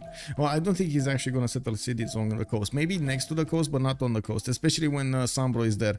Oh well, we'll see. Looking at Portugal, he did get that goddess of tides to give him the extra culture on his coastal resources, while he's plugging in Moksha in Evora. He did get Magnus in the capital city, getting those trade routes working. He can trade with the Chinese city of Jiaodong. As you can see, actually China did make the extra effort to actually allow Portugal to trade cap to him through the water tiles. That's going to be such a big economy here when this trader is going to get out. Let's see, SunBro is on 6 gold right now before the trader is coming up. Boom, double the gold. 12 gold a turn here. Killayad is also on 12 gold a turn on cottons. And I gotta say, Portugal doesn't have any harbor. Oh no, he does have 1 harbor though, +2. And he's gonna get another +5 here and another +2 here. Okay. I mean, Dido has biggest festivals. Yeah, I mean, look at the line of tea tiles here. Oh my god. Cotton tiles, tea tiles, tobacco tiles. Yeah, this makes, yeah, and spice tiles. What is this? Oh my god. Oh my god. And cocoa tiles and bananas. Yes, this is the biggest festivals. Yes. Gnospen Goblin, hello there, sir. Enjoying the stream like always. Just one question: when is that? Are the 2v2 finals, and can we enjoy them in your stream? I would hope so. I don't know yet the timing for them. I'm still watching the how to say. The scheduling channels, and I'm trying to figure out when they're actually gonna schedule the next one. We did get the upper bracket finals 2 days ago, but they do need to play possible 2 more games. It's a best of 3 cities, so they do need to play another 2 more games possible to see who's actually gonna be waiting for the other finals from the lower bracket to happen. It might be that they do have like 2 weeks of play time, so the lower bracket catches up. They have like at least 2 more cities to go for in the lower bracket to know the answer who's actually the upper bracket finalist gonna play against. Mongolia and Dido are allies. You don't deny your ally. That is also true. Yeah, that is also true. Alex 2005. That's a very good point there. Okay, so let's see what's going on here in the era square. We do have everybody going over the threshold. I do have to point out. Oh no, SunBro did not manage to make the threshold. Wow, alarm, and SunBro is not gonna have enough time. It's only a few seconds to go, 30 seconds to go, and he actually needs 1 point, guys. Oh my god. Is this gonna be it, guys? I wanna hear you on the stream. Is this gonna be normal age enjoyer Portugal? I guess he didn't need that culture anyway, right? You didn't need the culture anyway. Harbor +4. Which one? This one in Lisbon? I mean, it would have been nice if he didn't actually chop the trader. But he chopped the trader and he didn't chop the harbor. So he doesn't have the harbor. And he's 18 out of 19. The trader gave him the points of gold, but didn't give him the points for era score. So, normal age! Twitch enjoyer, SunBro. I think Alex 2005 is a bit biased over here. It does feel like even if Last Take Company is making like a few mistakes here and there, he's a very passionate about him. He's just throwing those aside, and he's saying Last Take Company will win anyway. Okay, I mean, yeah. I don't get me wrong, I'm not discounting anything here. It might happen. Simon, hello there, sir, and welcome. You're never biased. Kick W, man. yeah. Anyway, I gotta say, this is gonna be a big explosion here in the Roman territory. We already have him popping builders from each one of his cities, and looking at his faith pattern, he's on 42 faith a turn. My god, we do have him getting the settlers out of each one of his cities, getting the hanging gardens is gonna be a big boost in housing and growth, and I'm pretty sure he's gonna have very good stats. Now looking at Lege, he's on 10 science and 13 culture, a golden age. We do have him for him, and he did manage to get the religion on his side as well with work ethic and eternal preachers. We've seen Khmer actually play with work ethic, especially Lege play with work ethic on Khmer multiple times. He did very well each time. We do have him getting his shrines out. I do see him also getting more settlers. He does want to scout out the south, and he will need to actually place a lot more cities. I do have to say I'm a bit concerned about his lack of getting those settlers out. I do understand that he definitely wants the shrines though. A bit more gold on him. He does have, for example, in Mahendra Parvata, kind of a problem with getting good tiles to work. He has a 3-1-1 that he could work in a 2-2, but that's about it. The other tiles are 1-3s and 1-2s or 3-2-1s instead of benefiting from these 2-2s on the left side and getting that extra production going. Now he doesn't really have gold, so I can't really blame him for not doing this, but this is going to be a very slow spawn if he doesn't get those checked out. I do see Astikos also with a monumentality golden age, 17 science with 12 culture next to Malm's 15 and 23. We do have him putting down an encampment from the city of Ses, and he's trying to get new settlers out and about. Iwuno did get placed next to that river on the floodplains, and he started putting down his sphinxes so he can get the extra culture and the faith, not to mention the other bonuses in those cities. We do need to see what is he gonna develop here. Definitely has more spots for cities, and he's gonna need to get an army to defend against Mongolia. Already started up on his spearmen. While I do see he has builders that he could use to chop some, he will get to the opportunity to actually get some of these silk tiles, ivory tiles improved, so he can get the amenities going in his cities. 3 turns for audience chamber in the capital cities, Gavron Plaza, and we do have him placing down a campus next to that volcano. Now he is taking a risk placing it next to the volcano, but I guess that was his only chance of getting some extra adjacency in it. Phyrsos with 21 science and 19 culture with the Roman Empire, went for monumentality golden age. He does have 38 faith a turn and put down a preserve here next to Killayad. He's gonna get those tiles of Pantanal working like a charm here, while he is gonna need to push out some Phoenician scouts from his territory.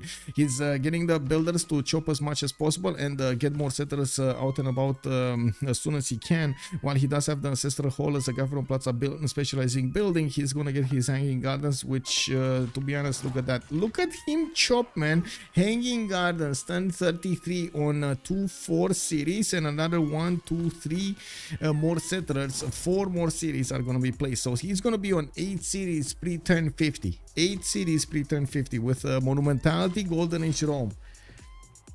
This is an insane spawn. I gotta say, Rome over here has an insane spawn. If he's not on, how to say, what would it be?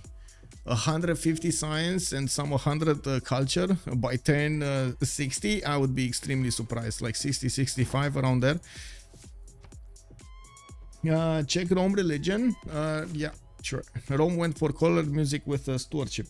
He went for the culture, and as you can see here, for the science and the gold for his campuses. This is so big. This is so big. This is like meshing like a glove here on Rome. Okay. He is also between opponents, so the idol next to him might actually feel the sting of Rome. We do have Zetian in the south, that's quite protected, so not really gonna happen anything.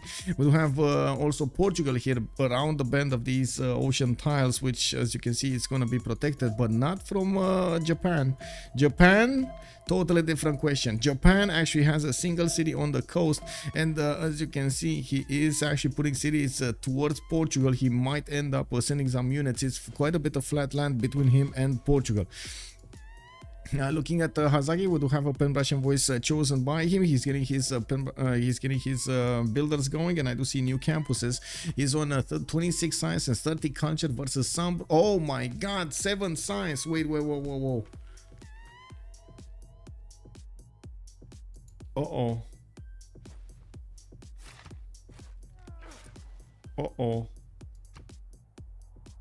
I mean, I don't know about this, man. Like, there is a significant chance because of this tempo, because of the lack of settlers that we see here on Portugal and the lack of pen brush and voice, that we might actually see SunBro die to samurais very quickly, like extremely quickly, or die. You're losing his first cities. He could try to get a safety city. Anyway, Hazaggi could kill him with just caravels here. I'm pretty sure he would.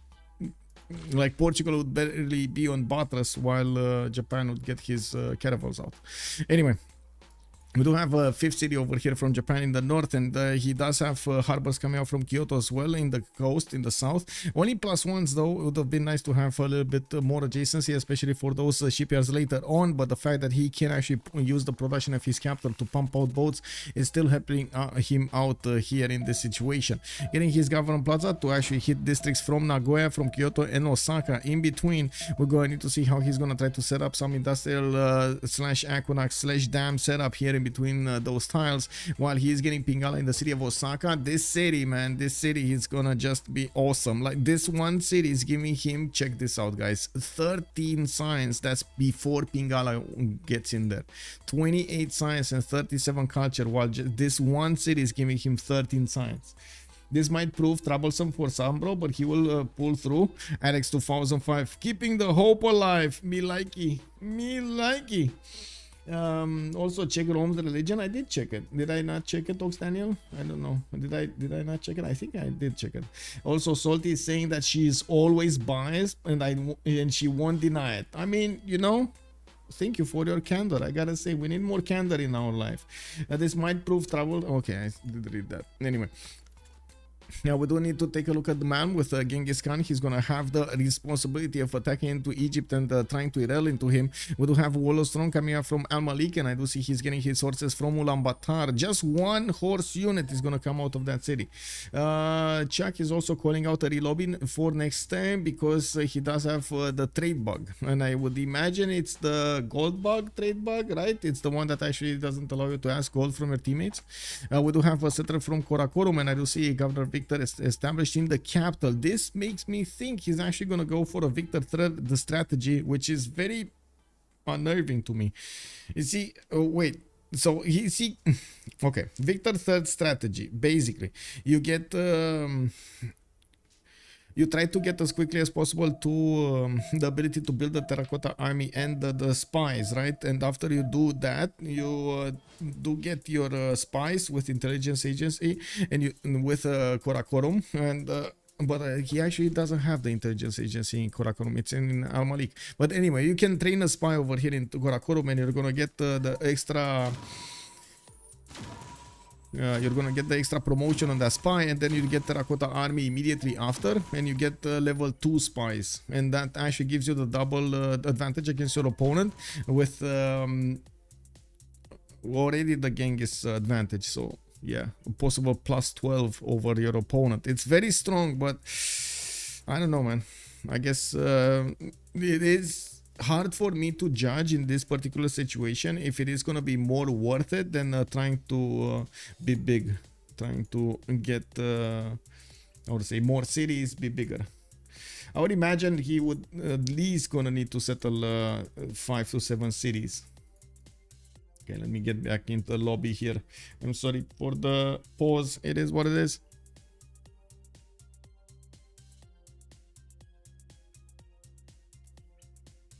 Wait, what do you mean mods missing?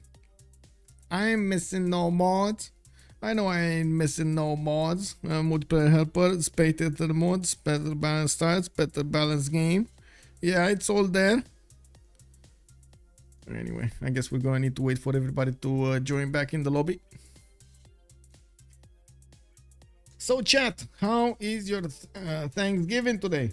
Zimos, good evening, sir, and welcome. Team names, please. Yes, sir, but I don't need to wait for us to actually get into the game to set that up. I don't remember exactly who was left side. I think left side was Ulyss and right side Last Day Company, but I mean, I would prefer to be sure about this. Hello, sir. Also, good evening, sir, and welcome. Baragluf, bonsoir, you bienvenue. I just noticed you actually mentioned that plus for a harbor. I just read the comment, but I didn't see who wrote it. I'm sorry. I need to be more, how to say, paying more attention to this. Okay, I think we have more than 0 MS to everybody, but I'm just gonna double check here so we don't run into any problems. There might be somebody that actually is great to me, but he's actually connected to the game, so let me actually try this out. Maybe if we do get a relobby here going, what I should say, I reconnect. Oh my god, network connection to host SP. What? No. What do you mean network connection to host has been lost? I was just in there. I know I got out of the game, but what do you mean it's just been... Oh my god.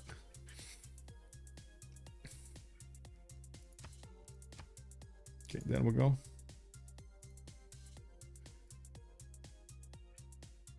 Joining room. ... Connecting to players. ... And we're in, boys and girls. We're in. And it's still Astikos that's missing, and now the story is missing too. Okay, this is what it is.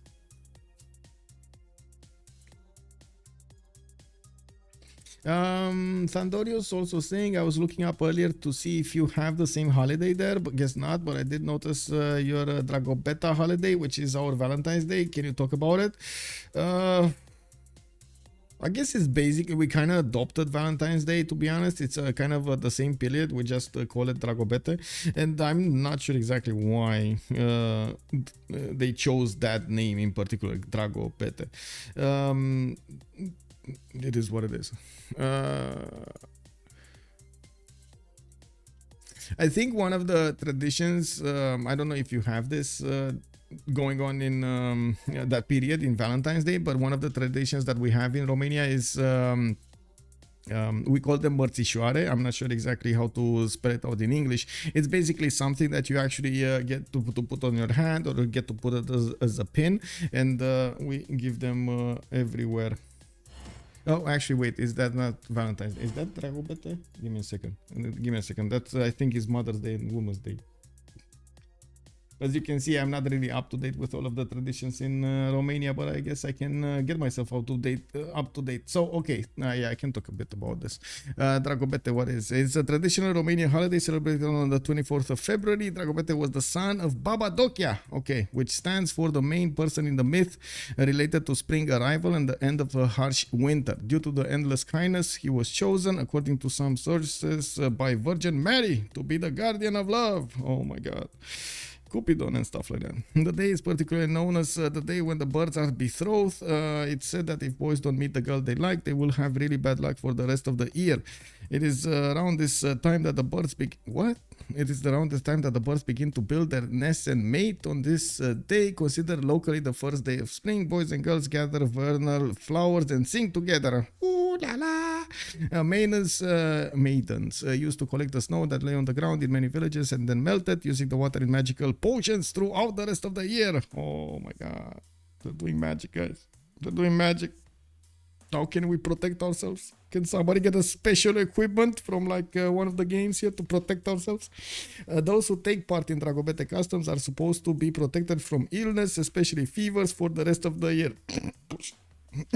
If the weather allows, girls and boys pick snowdrops or other early spring plants for the person they are courting. In Romania, Dragobete is known as a day for lovers rather than Valentine's Day. There we go. Anyway, but like I said, we kind of adopted Valentine's Day anyway. Like, especially in the big cities. Maybe in the in the rural areas, my art today is not on point. There might still be like Dragobete being celebrated and so on, but in the big cities, I do see Valentine's Day picking up more and more steam. It is what it is. Let me actually take a look on chat again and set my screen properly. You don't make matching potions. I mean, you saw that it's you know, what's it going on to see if you have it's because it's a god of love. I read up on it. Okay, yeah, for Ivan Drago. Yeah, I don't know, man. I don't know. It is what it is. One of those things that makes people happy. It is what it is.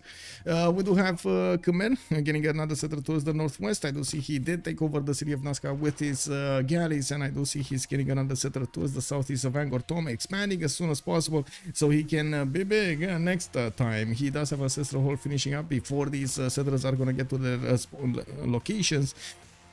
And we're gonna come back after we actually take a look at Chuck, SunBro, and Killayad. We were watching and talking about the strategy of Governor Victor in the city of Karakorum. I do have to point out, if he does manage to invest in the third point, he's also gonna have extra promotions on his units, all of the units that he's getting out of that city, including the Kesheks, making them stronger. We're gonna need to see if that's gonna be enough to overmatch this defense that Egypt will put over here in the city of Ses or Rakedet. Looking at Chuck, 10 Prussian voice gold, 17 science and 20 culture. We do have Chuck with 4 cities at the moment, benefiting from Temple of Artemis, and a 5th city being placed down soon, and a 6th one. I do see a 6th one moving to the west there from Changsha. He did manage to put Reina, establish it in the city of Jiaodong, and I do see he's putting down an entertainment complex from that city center. He does have a lot of these incense tiles that he's going to need to actually improve here, and Chuck is asking not to forget to pass the turn, right? Do not forget to pass the turn. That should be n'oubliez pas de passer le tour. Okay. Anyway, yeah, I don't know about the magic potions though. I come back to this because it's like the last phrase being written here, the last proposition. Oh my god, I don't know about that, man. It is what it is. What can I say? There. You can go a bit wild with the thoughts on getting magical potions and stuff like that. Anyway, let's come back to reality because I want to get rid of these thoughts over here. Anyway, we do have to take a look on SunBro. He's on 7 science only and 16 culture, and this is going to generate a big problem. Portugal is going to try to get his audience chamber going while he did stop and build his harbors. He got his government plaza in the capital, and he does need to wait for the 4th population in both Evora and Lege. It looks like in Evora he did manage to nail the 4th population, but did not actually choose to put down a campus yet. I would imagine he's definitely going to need to put down a campus right about meow. We do have next to Evora +2 over here to the right side. There is a possibility for him to put a +1 here, or even try to use his government plaza for some adjacency. It's all up to him. I would imagine actually using the mountains for the adjacency would be a bit better anyway. I'm a bit sad because we don't have more cities from him. Usually, even if you do want to go as fast as possible for the caravel timing, you do need 4 cities or 5 cities to actually be on the same point, on the same timing as your opponent. And looking at the technology screen, we do see a big difference between Hazaggi's technology and SunBro. While SunBro is 6 turns out, guys, he's 6 turns out from actually getting shipbuilding, while Hazaggi is already 3 turns away from getting buttress. He's 1 technology closer to getting that caravel technology cartography. Now, looking at what's going on here, unfortunately, SunBro not benefiting from a government plaza, from his from his golden age. We do not have him benefiting from the extra culture that he would have had, or extra science that he would have had from these districts. That's a bit unfortunate. Now, we do have Killayad with 20 science and 29 culture on Dido. He is next to Rome, and I gotta say Killayad here will have his own problems, while Phyrsos is 34 science and 34 culture. He's in the monumentality golden age versus Killayad's 21 and 30. I do see the production is starting to be extreme between them. Production difference. Phyrsos is on 63 production, while yes, Killayad is 60 production. You have to take into account the faith extra that Phyrsos is making, settling more cities. He's already on 2, 4, 6, 8 cities, and we do have him getting another wave of settlers going, putting bats from every one of those cities, and getting some campuses and commercials soon. We do need to see how the economy is going to keep on rolling here on both teams, but from what I do see as an initial impression at 1038, they do have okay-ish economy between them. Of course, we do have some outliers and some low rollers like Malm and Lege, but it's all good. It's all good on the average. audience chamber in 2 turns from Chuck. We do have him also using Governor Victor in the city of Shendu. Again, probably for that spy. We do have Malm getting his new cities out. He did build the first horse, and he's actually going to put a city right in the face of Sis here. Another one to the northeast. Okay, well, I guess he might actually get to use some of the Pamukkale tiles. Not extremely bad, but does he actually want to do that? Anyway, he's getting another city towards the connection, and he does need to stay away from the coast. Lege does have a few galleys that will try to take out any kind of city that is coming up on this coast. Now, we do also have Lege to the southwest of him, trying to get his economy going with the harbors, also connecting his economy with Egypt. I'm pretty sure a lot of gold will be generated between these two nations. And I gotta say, Hazaggi is actually 8 times bigger than SunBro.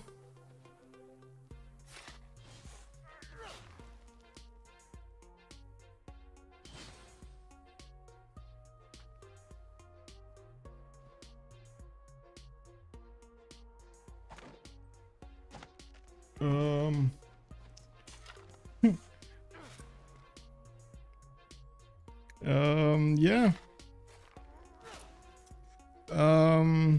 Yeah. I mean, this is basically, and I'm gonna use an alien reference. This is basically when you hold your flashlight in front of you, and then the alien grabs you from behind and snatches you. You know, this is one of those times you get Pikachu face. You don't even know what's gonna hit you. Oh my god.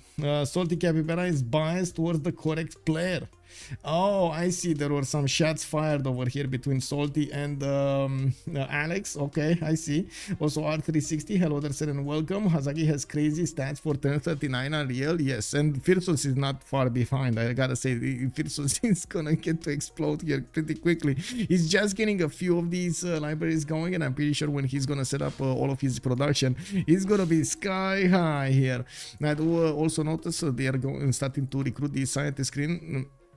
Scientists, while we do have Japan on 5, Mongolia is on 3.4, China is on 2, and we do have also Phoenicia on 2.3. I gotta say over here, Hazaggi is gonna take actually the route of the boats here to go against SunBro. He does have a one-tile choke to pass through in the south, but I'm pretty sure he's gonna be happy to just go around it. I'm also certain that China is gonna have a problem here. Jiao Dong will give him access to Guangzhou, and that's 2 cities that he could take away from Chuck. Uh-oh. Guys, okay. Big question. Is everybody's listening? Big question. If you would be in a multiplayer community game, in a multiplayer game, through the normal UI, you didn't know anybody, you weren't on the voice chat, nothing, just you go in the game and you play normally, and you see you have 10 science and 19 culture, and the one next to you, your neighbor, has 87 and 43. What would be your reaction? Did Hazaggi put Pingala level 3 in that city? Let's check out this. Yes, he did. That is a 32 science campus. That's a little bit less than half. Please be gentle. Pojo Narfoot send a message. Please be gentle. Woo! Yeah, Casey Clifton 34, exactly, right? You get to wave the white flag. Woo, woo, woo. You know? Oh my god, man! I think this is one of those Alt F4 moments. You know? Did you guys go through this as a reaction? You just went into a game, somebody just totally like this, not I don't know how to say it, it would be as a good word. Somebody totally did you, you know, like he totally overmatched you. You don't have a chance. You're like you just got out everything. Have you ever had that reaction? You just press out F4 or unplug your computer and go out. You have enough, you go out. You don't want to take a look at it anymore. Nobody can watch Japan at this point. Yeah, it can catch Japan. Yeah, it's yeah. He should send peace offer immediately. Yeah. Oh man, I do see a settler coming up from Lisbon. He does have another one actually on the way. And looking at what's going on here, he's getting scouted by Japan slowly but surely. Japan, I'm pretty sure he already knows about how the land revolves, and he already knows he has an open connection towards the west side. While looking at the tech side here, Hazaggi is going to get his mining. He's going to have mercenaries pretty quickly with a high amount of culture generated from his Pembrush and Voice Golden Age. We do have him also getting a lot more Ghenghis. 1, 2, 3, 4, 5, 6, 7, 8, 9 coming up from his series. He's gonna not have the opportunity to get new ones after he discovers cartography, so he does want to have as many pre-builds as possible so they can have what to upgrade even later in the game. With 58 production, he does have 22 more production than SunBro from what I do see. He's on 36 and definitely a lot more food. The gold generation between the two teams does seem like it's starting to be a bit different, a little bit more skewed towards Ulyss, especially with Lege getting some harbors down on the map.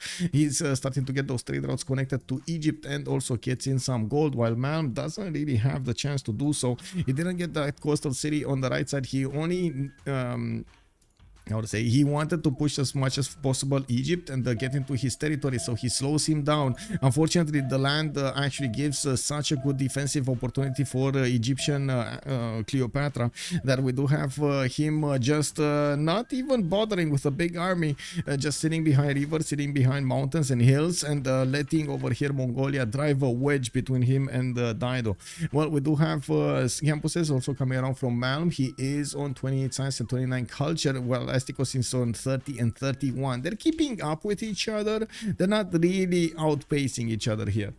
Also, Ankit Jah, hello there, sir, from YouTube. Can someone explain how that's a 32 science campus? I can see +6 from the East and +2 from the districts. Where is the rest coming from? The double card and the Pingala's ability to get 200 science. Is it 200 or 100? Let me see. So it's 2 for each reef. That's +6 you mentioned. You do get Osaka to give it another point and the harbor to give it another point, making it 8. And then you do have two things happening. First of all, the card. Let me see if I can show you that. There we go. First of all, the card that gives you a first 100% campus district adjacency, but this is empire wide, right? This is going to give you the points for all of your campuses. And then you take a look at the governors, and here at Pingala governor, you do have another 200 adjacency bonus of the city's campus district. So you get 16 and you double it to 32.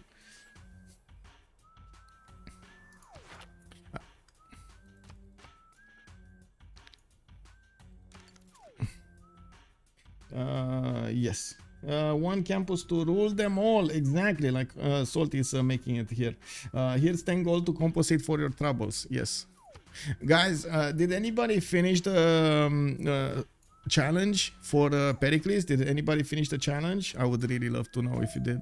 Anyway, we do have Phyrsos getting his horses out, and I do see them starting to get closer and closer to the medieval ticking down clock.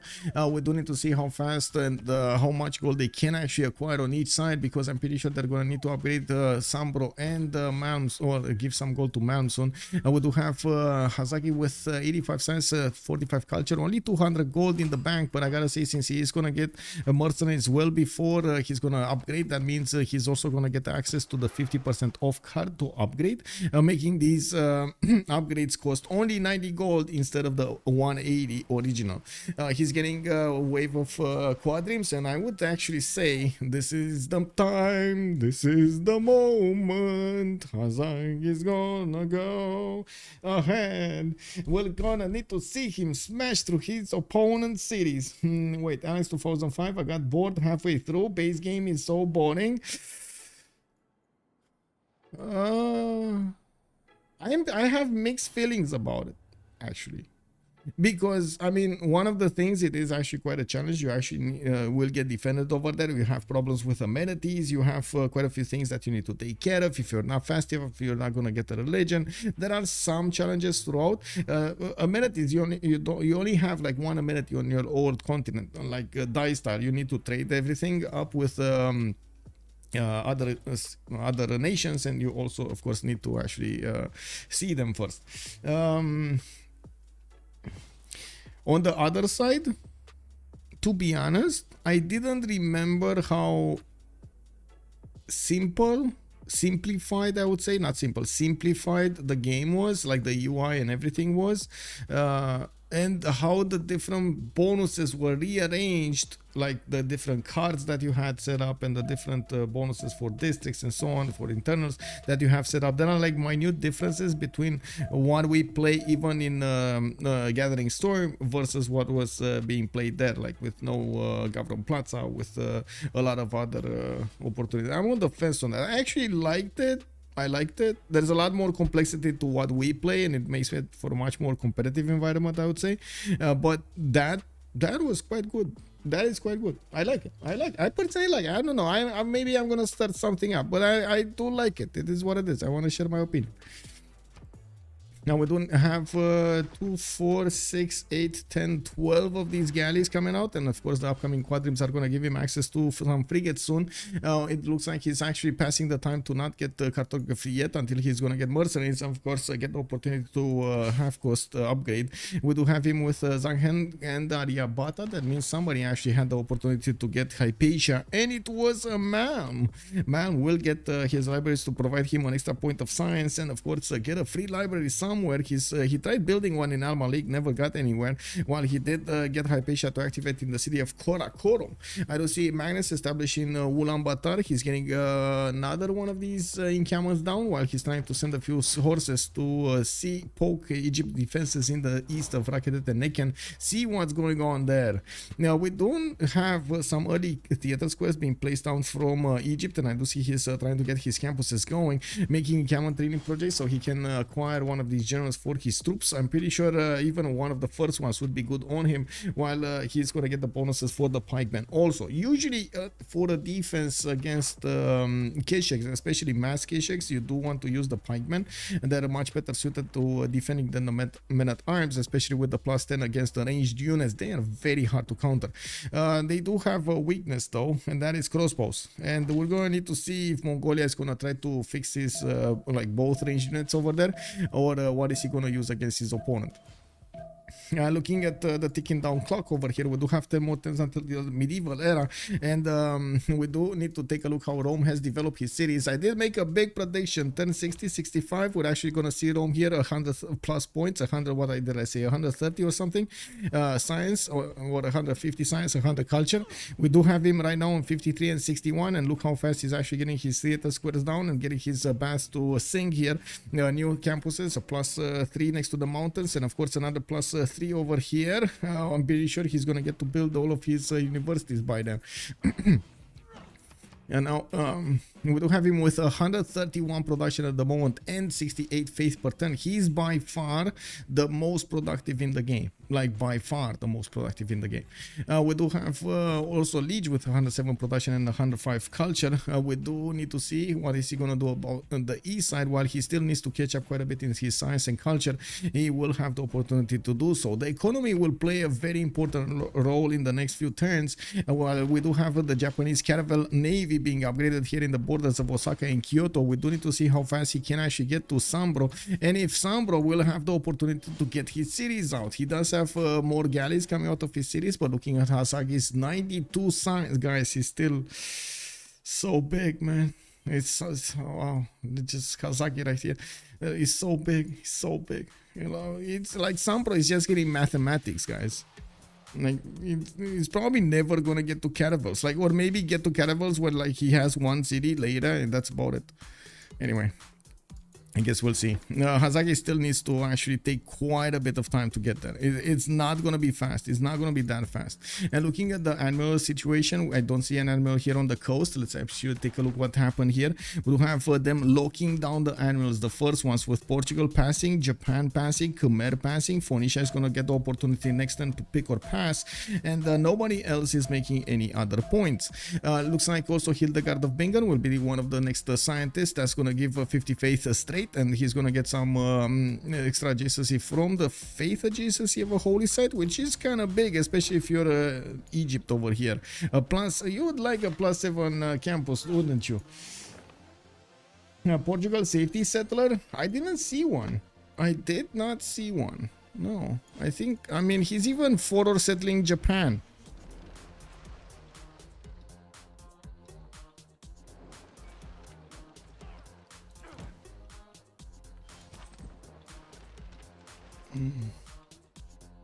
A part of my soul is being torn right now. It's not looking good for your prediction, my man. Yeah, just wait until Ulyss throws it. Oh my god, man. Oh my god. Maybe he's playing the other way, you know, he's playing the negative way. Alex 2005 is saying exactly what he, you know, he says it's definitely not gonna happen, but he wants his inside, he's thinking that's exactly what's gonna happen, and he's trying to make his opponents exactly do what he doesn't want to happen, telling them exactly the opposite of what they want to hear. Fifi92, hello there sir and welcome. Wish I understood the game, seems cool. It is a very cool game. If you do want, I mean, I can give you a quick readout of what's going on here, but if you do have questions, I think it's much easier if you do ask questions. Mainly we do have empires that are being played by players. Like we do have 8 players in the game with 4 on one side, 4 on the other side, so 2 teams. Last Day Company. Oh, that's one thing that I did forget to put the team labels on the map. Oh my god, I'm so sorry. So on the left side we do have Ulyss, and on the right side we do have Last Day Company, LSC. There we go.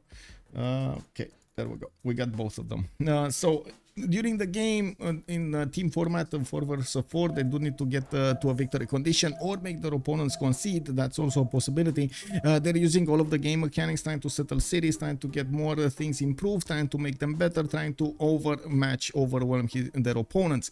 It is a race for science points, for production points, for culture points, for faith points, for the later on strategies, to unlock the later on strategies and get opportunities, flexible opportunities to go against your opponent. If you do want, like for example here, Japan is going to go navally against his opponent. Looks like Portugal is pushing him out of his coast here and actually giving him another settler. Oh my god, man, I would imagine Hazaggi's samurais would be so happy to actually get this city Coimbra over here. If he's not going to get it with a bow, the samurais are going to be just feasting in that city's taverna.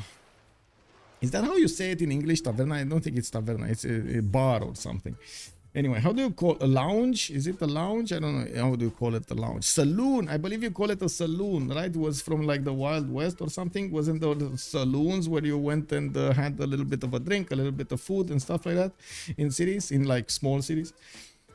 Tavern works. Okay. Okay. I think Ariels. Good evening, sir. Yeah, in the Western, right? You had saloons. Yeah, I remember something. So much I'm worried. Time to hit the YouTube guides. Let's go, Fifi. Woohoo! I do also coaching. If you don't want to get that going, just message me on Discord. It's so low difficulty. You are alone on an island, no barbs. I didn't enjoy it. Simon is saying Japan is about to eat Portugal. Well, the difficulty on that one would be to, if you're talking about the I would say if you're talking about the challenge, the Pericles challenge, the difficulty is to actually get to that culture victory, and you're gonna get defended. Actually, you're gonna get defended. It's not that fast and not that easy. And we do have campuses coming around also from the cities of Killayad. While he did manage to get to 42 science and 53 culture, next to him Phyrsos 67, 71 is just gonna keep on going, getting more.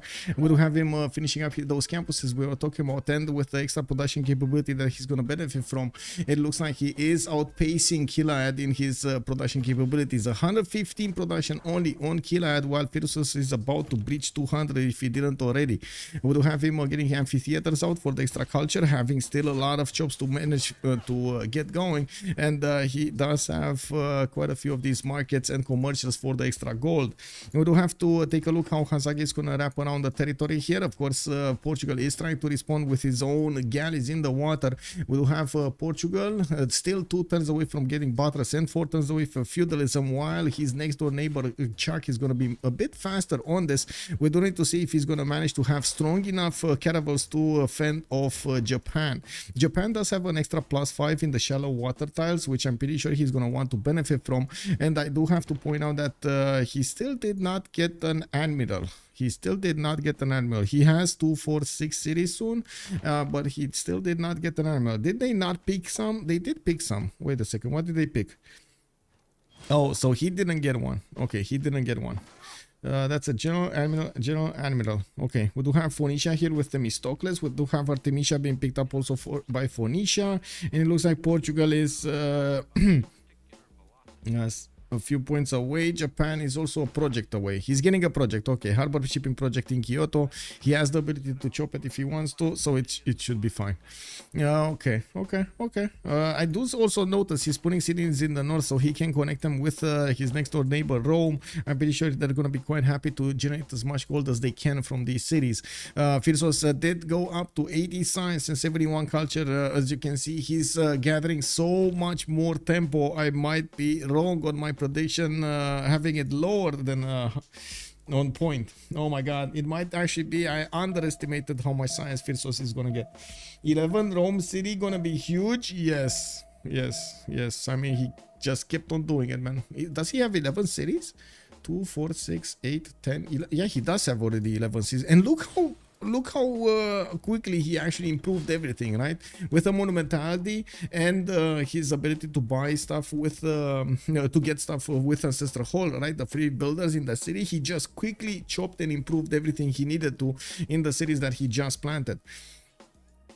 Now let's take a look at the south here. We do have the first Japanese boats sailing through the south of Guarda, getting through the chokes here and discovering the territory. He did send a scout in the form of a galley here, a level 1 galley, to take a look at the Chinese fleet. I do see China is gonna get the benefits of these two cities over here to get those boats built, and I do have to say he is probably, I don't know if he's gonna get it. Is he gonna get it? Yeah, he's gonna get it in 4 turns. What is that enough? That's exactly at the time these caravels get there, I would imagine. It's like 1, 2, 3, and they're gonna get like 2 turns of attack, like 1 turn and maybe and a half or something of attacking China. What is he gonna do with this settler? What is this settler for? Is this settler for ironclads? Kick.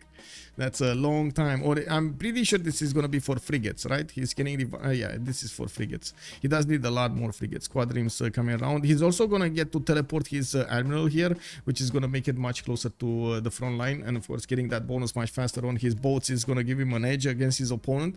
Now we do need to see how things are evolving here. We do have Malm getting the Keshe factories working. I do see Ulaanbaatar is gonna get terracotta army in 11, while he keeps on pumping the Keshes out of Karakorum. We did have him getting to recruit a General Trunk Track, and I'm very curious if he's actually getting the promotions. Yes, he is. Look at the promotion here on the Keshe. He does have 1 promoted point. That means Governor Victor 3 is enabled in that city, in the capital city of Karakorum.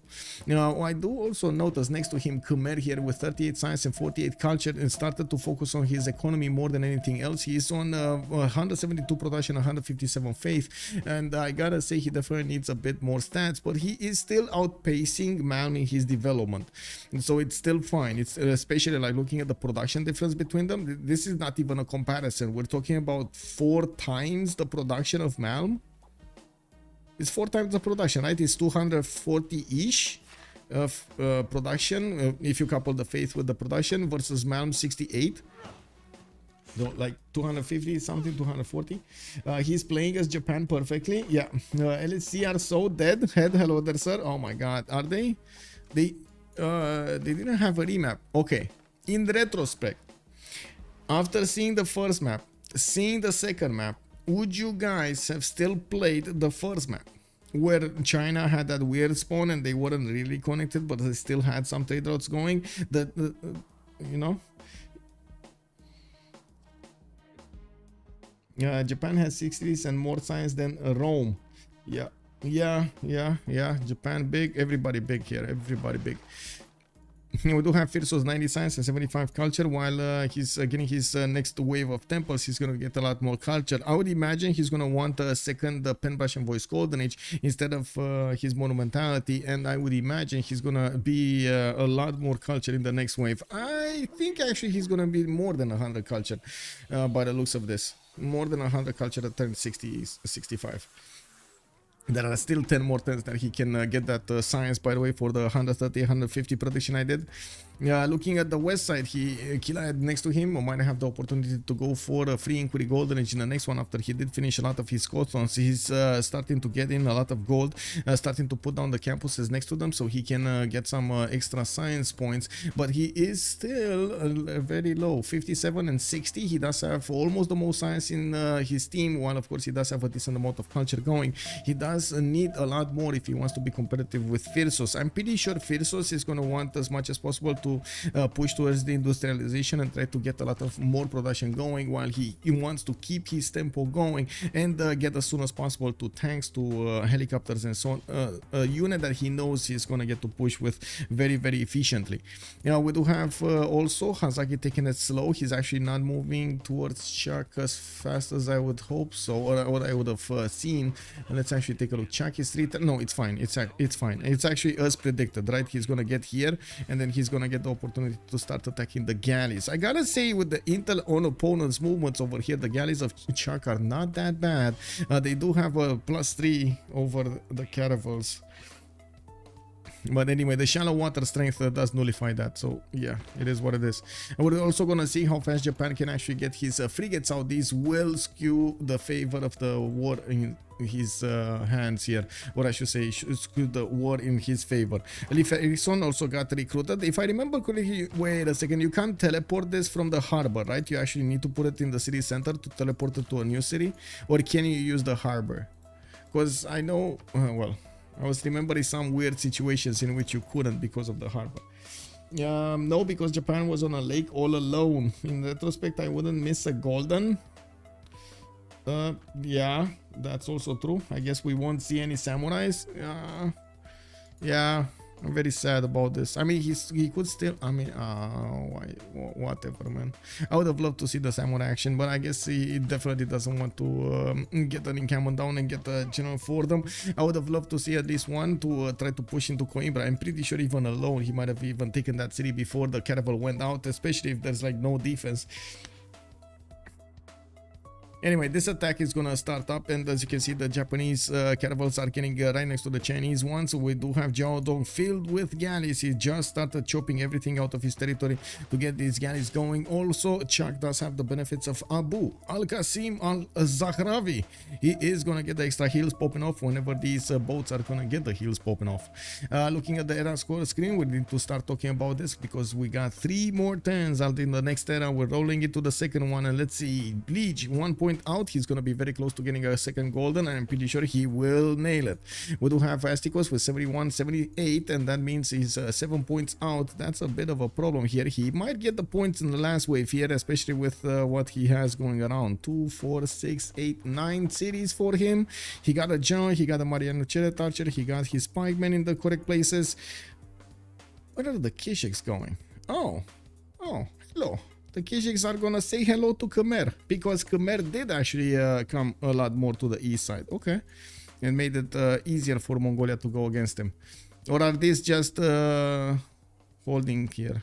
I guess they're just holding for a while. Anyway, now we do have Phyrsos with 75 points out of 60. He nailed his golden age, and I do see Lege also nailed his. Hazaggi is gonna go dark age, and he's gonna get the benefit from the +5 bonus of the dark age cards. And he does need to actually stay away from discovering any point here. He doesn't want any point. He just doesn't want to hear about it. He's 51, 52, just at the edge over there. He definitely wants a dark age. We do got Malm on the other side with 48 and 48. He does need 48, so that's pretty good. He's gonna get a second golden. Chuck 50 out of 50. He needs 50. That's perfect. SunBro 47, 42.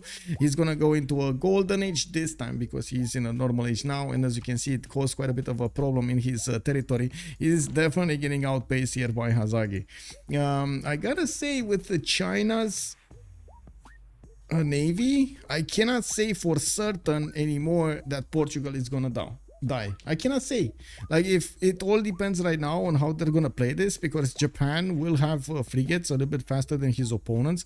Will also have probably the ability to get a lot more gold than their opponents, seeing the economy of his teammates, and that will actually manage to skew quite a bit towards skew the world quite a bit towards Japan's side. But there are a lot of boats of Chuck, and if Hazaggi doesn't play this properly, he might lose a lot of his fleet because of not paying attention. Anyway, and we do have SunBro, did talk about him. Killayad, he's on 68 out of 65. Okay, he got his golden age. And look at the beautiful universities coming up from Ostia, getting the more production here in Phyrsos' territory. He's going for cartography. He's gonna be on industrialization pretty quickly here. 105 science, 93 culture, 151 gold a turn, and 220 production. WTF? I mean, I understand we got Killayad on 160, but everybody else is under 100 here. Malm, Chuck, SunBro, what is going on? What is going on? It's just such a spawn diff in the game that they have this going. Oh my god, SunBro with the sneaky Cali. Did he, how did he get this one here? Did he actually carry it from the lake to the water and just put it in the water to polish the Kyoto tile? How did he get this one here? What the... whatever. Anyway, we do need to see if Hazaggi is going to start poking at Chinese galleys. Of course, you do see a lot of scouts also getting around these units for the extra support bonus, while he got Abu over there for the heals. The caravels of Japan are not really dealing enough damage to one-shot these galleys, or even two-shot them in some situations maybe, but not all of them. I do see he doesn't have oligarchic legacy plugged in, for example. Wait, Hazaggi, does he benefit from oligarchic legacy? Yeah, he does. He does have oligarchy legacy. He just wanted the urban planning more, the extra production. And I'm pretty sure he's gonna plug it in when he actually wants to go to attack.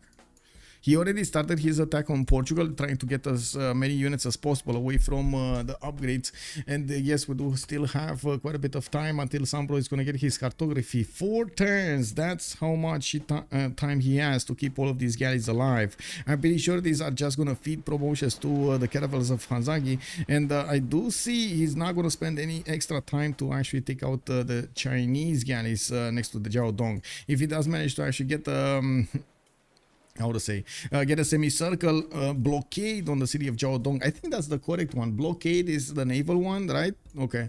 And siege is the other one, right? On the land. Anyway, if he does manage to get the blockade on the city of Jiaodong, he's gonna not allow his opponent Chuck to get too big of a navy, and of course try to get at him while he is getting his 4 frigates. Oh my god, he already has frigates.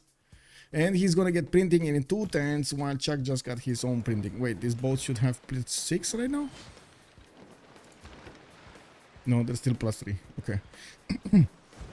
And I do see he's losing a lot of boats here. Anyway, he lost, China lost a lot of galleys. Like half of his fleet got taken down before he managed to operate caravels.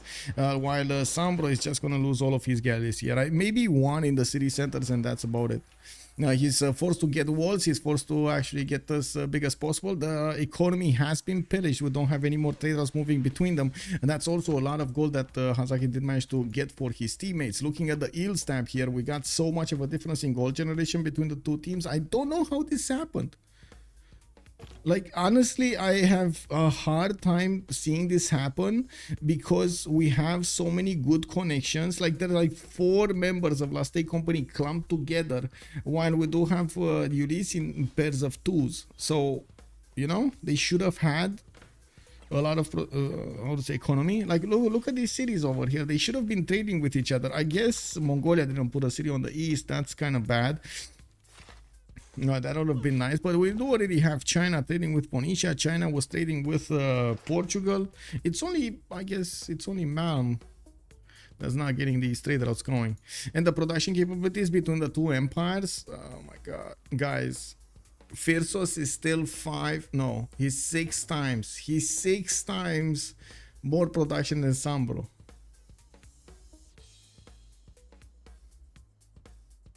Japan is about to eat Portugal. Nom, nom, nom, nom, nom. Yeah. Yeah, if bad Congress is GG, yeah. Well, I guess we're gonna have a pause here for the Congress for 2 minutes. Lege is asking for a pause before the Congress, so I'm not sure. I guess we're gonna have a 10-minute pause before the Congress or something. One of the things that I do have to mention, Last Take Company doesn't actually get the information about their opponents' production capabilities, food capabilities, and so on. They only see the size and they only see the culture and, of course, their economic, their total number of points.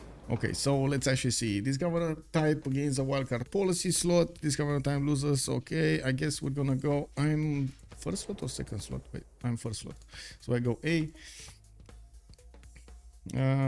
Digital. Industrial. Me. With that, we got Johannes. What do we...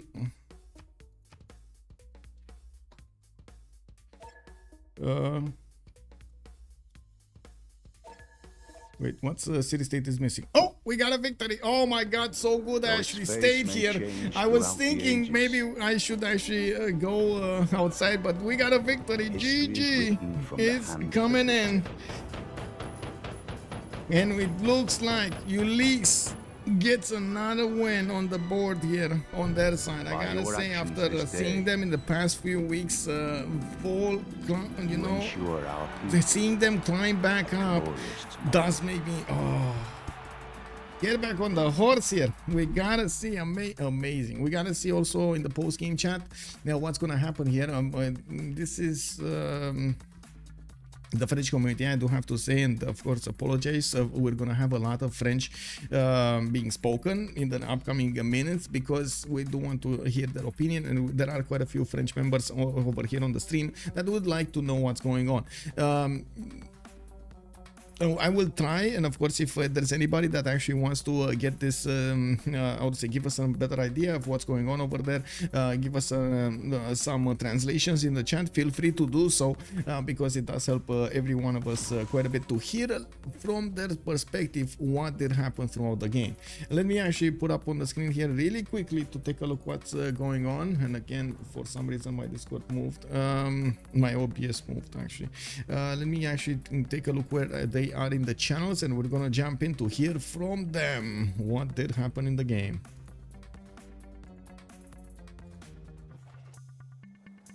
J'aurais acheté la case et j'aurais posé avec le même setup que j'ai fait à la place de Louvre ici. Ouais, moi c'est ce que je m'étais dit au début. Je pensais soit t'allais mettre le campus cuivre et celui à droite, donc les deux cases au-dessus de la faille, avec ta place de la Gouvring 3, tu sais, mais en l'achetant depuis Nagoya, donc ça revenait pas trop cher. Et derrière, tu sais, tu pouvais mettre une petite place de théâtre à la place du campus, avec un grand bain ou un Artemis peut-être qui a disparu. J'ai espéré le faire, mais au final, j'ai vu qu'il y avait des gold shit shock, donc j'ai pas trop tenté. Je me suis dit qu'ils le contestaient peut-être et que j'étais pas dessus rapidement. Ouais, je l'aurais fait plus tard, quoi.